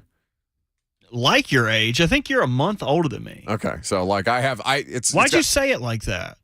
I don't know. You have lower expectations of me. You're like, aren't you my age, but also less successful? No. Wildly less handsome. That's not. I didn't say body that at all. round and shapeless. My shapeless is still a shape. Amorphous, perhaps. 0 is not a number, so I don't know. 0 is a number. None of this. We have to Lucas stop. convinced me yesterday. There is a misinformation problem in this country. We cannot contribute to it. All right, stop it, the both of you. But I know that it's coming up on Robert's anniversary with us because a year ago we were talking about the Tannehill mentor thing, and I exhausted the jokes because I'm training Robert on the board. Oh, that's right. And I exhausted the joke of it's not my job to mentor him, but if you learn something along the way, that's great. Right. And look what we learned along the way. Here we are a year later. Neither of you are interested in mentorship of one another, and we're all just out for ourselves. Is what we established as a show from that time in Titans history. Listen to me, okay? This is not news. It doesn't mean that he's not going to help them. If you want to assign some meaning to it, that it doesn't mean that's incumbent upon you, whether you're Dante or somebody, other people, because I'm sure there are other people like Dante who still think that's a thing. Steve, like Mariota had a veteran presence every year that he was on the roster. He had Alex Tanney, he had Matt Castle, he had Blaine Gabbert. Whether you guys consider those to be players who were capable of mentoring Marcus Mariota, they had life experience in the NFL, and they were there for a purpose. They were not there specifically to mentor Marcus Mariota. They were there in case he got blowed up like he did in Week 17 in a win and in, and all of a sudden Blaine Gabbert's got to try to beat the Colts. The quarterback position, it is like every other position in football. You are there to earn your spot. Ryan Tannehill is not there. Ryan Tannehill cares not for the peaceful transition of power, the Titans quarterback situation. His job is to win football games and try and provide for his family by nature of being an NFL quarterback, here or somewhere else, to put the best tape out there humanly possible to ensure that he continues to be a viable option at the most important position in sports. It's got nothing to do with he's going to mentor Malik Willis or not. Malik Willis didn't suck as a player because Ryan Tannehill said something about not mentoring him at a press conference. It's got absolutely nothing to do with that whatsoever. You want to put the responsibility on anybody? Put it on the people whose job it is to better coach and teach the quarterbacks, Charles London specifically in this case. I am so tired of the idiocy around the Ryan Tannehill mentor comment. Even though we got weeks and weeks of radio out of it. Oh, my God. I don't want to look at the phones ever again and see calls like that and all three of them just say mentor. What are you doing to me? What am I about to walk into? What are you smiling about? What are you looking at me for? Yeah, it's because it's your fault. All three of them say mentor. They'll shoot the messenger, man. Ryan and Murfreesboro. Being a really bad mentor right now. Don't bleep you. Hi, Ryan. Hey, I'm with you here, Buck. The caller had a good point. The Titans haven't done a great job of setting guys like Vince Young or Marcus Mariota up with a mentor quarterback over them. But at some point, it's that new quarterback's responsibility to learn under that mentorship. Vince Young didn't get that chance because Steve was gone. McNair was gone before Vince Young had a chance to kind of learn under him.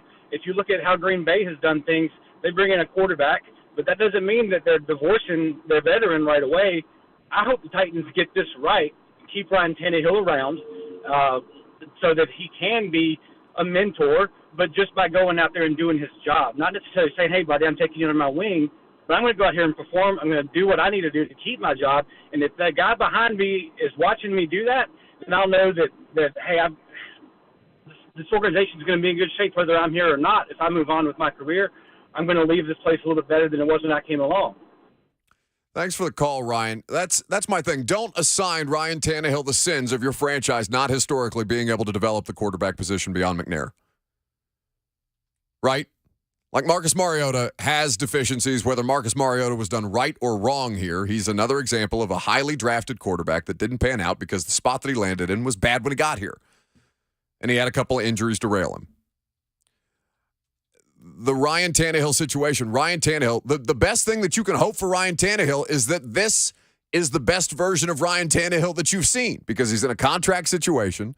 They've got options on the roster behind him. Whether they're viable options or not is a matter completely unknown at this point, other than Malik was not prepared last year to be able to assume any kind of a starting position with this team.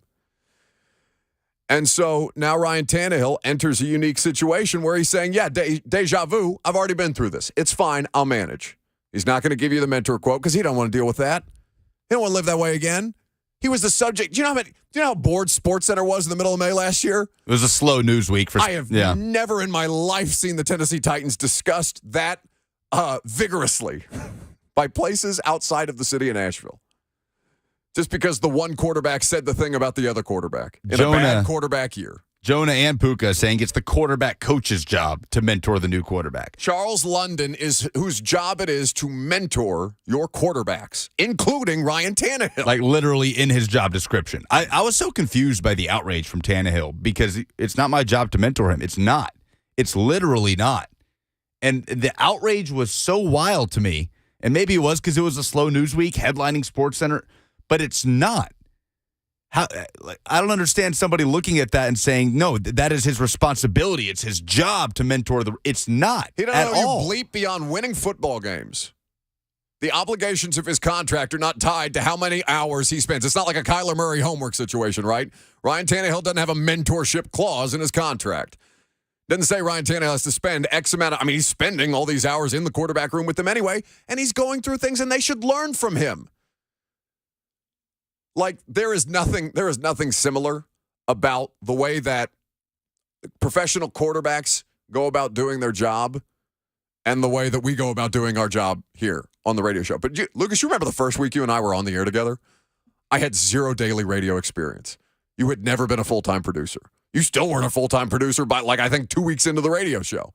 They just kind of, it was all, we figured it out, but we just kind of threw this thing together. And, whether you consider it successful or not is TBD. We haven't been fired yet. But, we had to figure it out. There was no guiding light here for us to figure out how to do our jobs. Now, you can debate whether we do our jobs well or not. That's a different discussion. Bert was the light. Bert was the light that entered our life 1 year ago. A big red flash. No. He doesn't like that. Stop that. That's why I did it. We got to come up with a mean name for you, like Bobby Bottle Service or something. You can't hurt me. That is not true. There's nothing. The only thing that's ever been done to hurt me is Diana Rossini coming on here and saying that she liked Lucas's voice better than mine. That hurt me. Jonas says, so y'all were tanking the first year? Yes. Yes, we tanked to draft Robert with the number one pick. God, fire that general manager.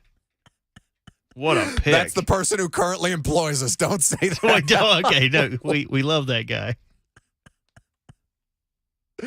Idiots, all three of us. 615-737-104. This is why we can't mentor anybody. We can't be trusted to manage ourselves. Chris in Thompson Station is next. Hey, Chris. Hey, what's going on, guys? So, I never blame Ryan Tannehill for not mentoring. It's not his job. If you want to blame Ryan Tannehill for something, you can call him playoff Nathaniel because he getting the playoff and doesn't perform well. But that's neither here nor there. The Titans have never truly developed a skilled position player in recent history. You can look at quarterbacks this young, Marcus Mariota. They draft players and they operate on the square hole, the round peg, square hole mentality. They just try to beat it into the scheme for which the Titans try to run. Marcus Mariota operating a spread offense in college and he was very successful.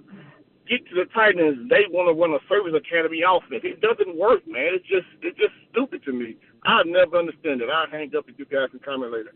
Thanks for the call, Chris. We appreciate it. It is, people have certain feelings that accumulate over time that they apply to people who had nothing to do with the previous circumstances, right? Mike Vrabel and Charles London as head coach and quarterbacks coach in 2023 have nothing to do with the fact that Jake Locker didn't pan out with the Titans, right? But the sins of the Titans as an organization around the wide receiver position and quarterback position and their general, the stigma of them being a cheap organization, we get that every year when it comes time for somebody to be paid, right? that the Titans don't pay anybody, and then they consistently pay people, at the top of the market like they just did with Jeff. So I think that there is something there. You're always going to be fighting uphill against certain stigmas that you have from things that may no longer be applicable. We haven't seen the Titans develop a quarterback. Marcus Mariota didn't get off the ground the way that it was supposed to. You had some promising years. You had moments that made you just prolong it just enough to where it was no longer viable. And then you had to pull the eject button or push the eject button, and Ryan Tannehill was there. That's not something that you developed. You put Ryan Tannehill in a position to succeed. But you built that around Mariota, and Mariota had already shown himself to be insufficient with the tools that you had given him. The Titans had been a bad team when Mariota and Locker were here, right? They had suffered from roster deficiencies around the quarterbacks at the time. The Jake Locker situation, I mean, you could go back to Vince Young and all the different – none of these are created equal, and yet we kind of lump them all in together, right? Vince Young is not Jake Locker, is not Marcus Mariota. They're three very different people, very different players in three unique circumstances with this franchise. And none of them panned out, but they're all considered, okay, the Titans blew it at the quarterback position, right?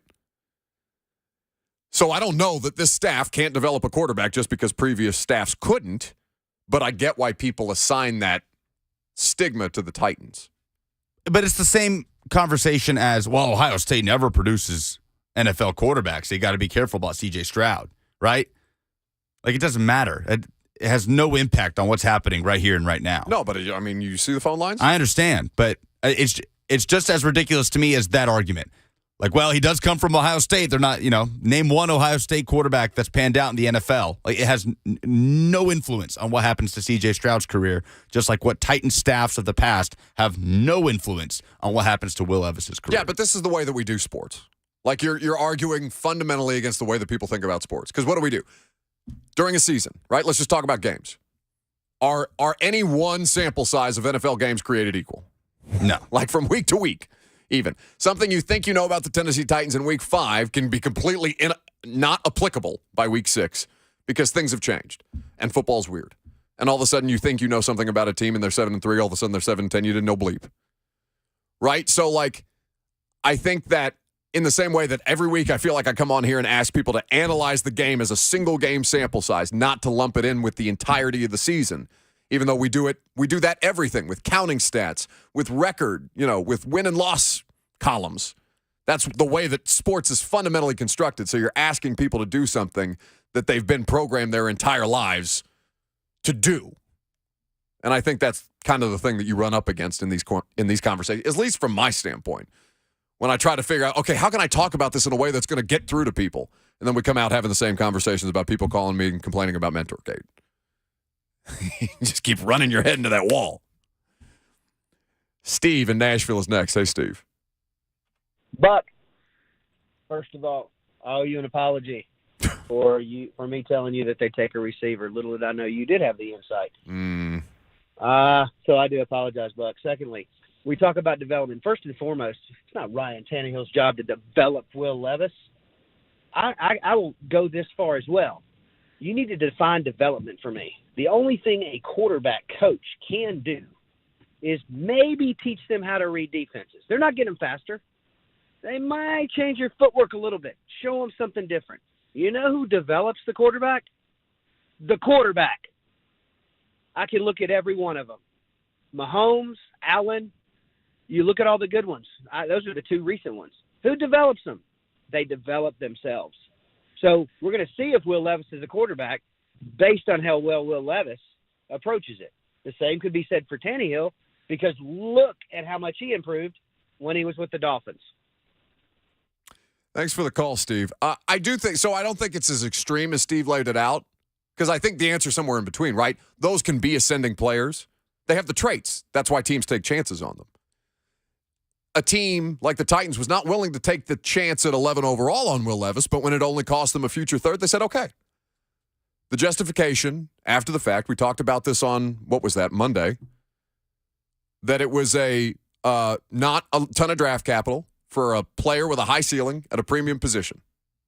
And if you took away Will Levis, but that was the thing that was presented to you, say you can get you can get a quarterback with a high ceiling for not very high draft capital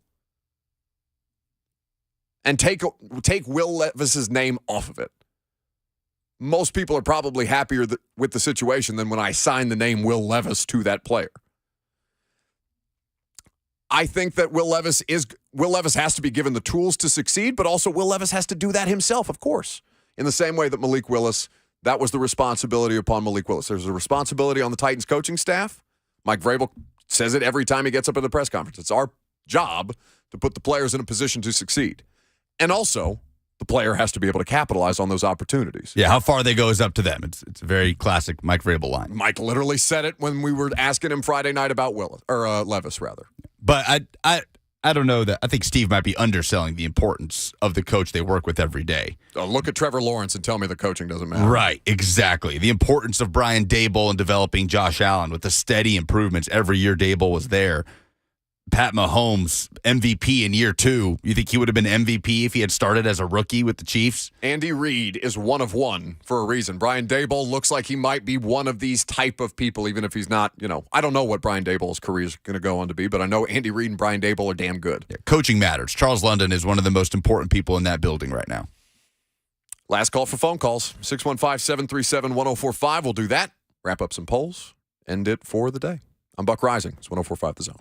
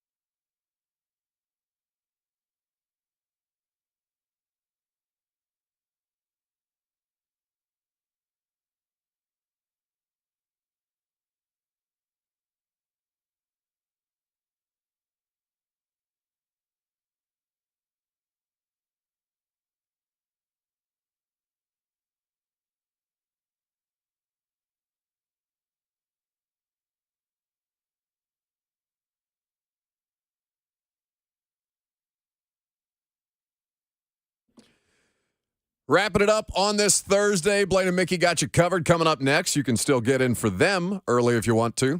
The last call for phone calls for us. I saw a light smattering of polls on my Twitter account this morning. Does that mean that you got lazy and we're just going to use yesterday's polls? Stop, don't spin our pre-show conversations into me being lazy. All right, don't do that.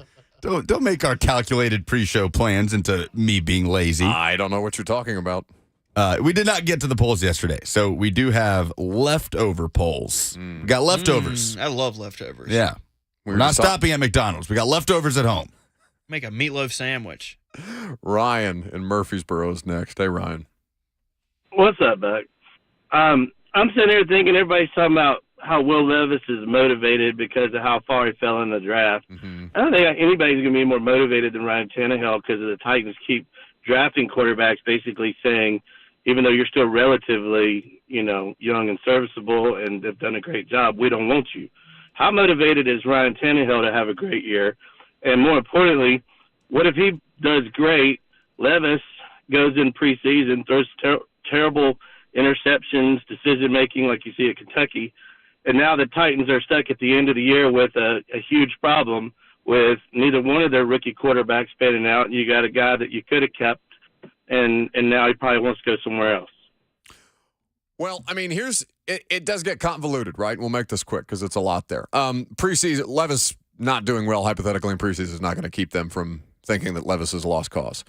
If he has to play and he can't operate an NFL passing game the way that Malik Willis couldn't, then they're in trouble, right? Because then they have legitimate problems. I'm not worried about Ryan Tannehill's motivation. He's not like he's not going to give you the quote in the press conference, right? He did that last year, and look at the way that it blew up on him. So that's never happening again from Ryan Tannehill. It's as interesting, unfortunately, as Ryan Tannehill will ever be publicly because we can't be trusted. But it is an important year for Tannehill. It's an incredibly important because he's going to be 35. That's not – he can continue to play football, as long as he's in the right situation. He can continue to play football for several more years. We do have a birthday quickly before we get to polls. A very happy 25th birthday to the Nashville Predators. Happy birthday to him. I don't care. Good luck. Are we assigning a sex to the franchise? To them, perhaps? Gender neutral. Okay. Happy birthday to the Preds. Polls, please. Hello, everyone listening to the Buck Rising Show. This is Benjamin Kenobi, better known as Obi-Wan. I have but one thing to say. Lucas, use the Force. Use the Force, Lucas, to help interpret what the hell Chewie is saying.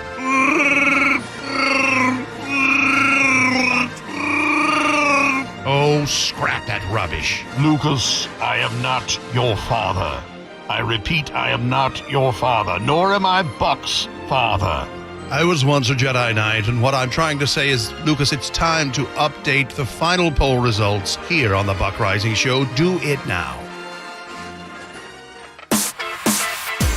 Presented by Two Rivers Ford. You can custom order any new Ford from Two Rivers. They sell below MSRP for any non-specialty new Ford.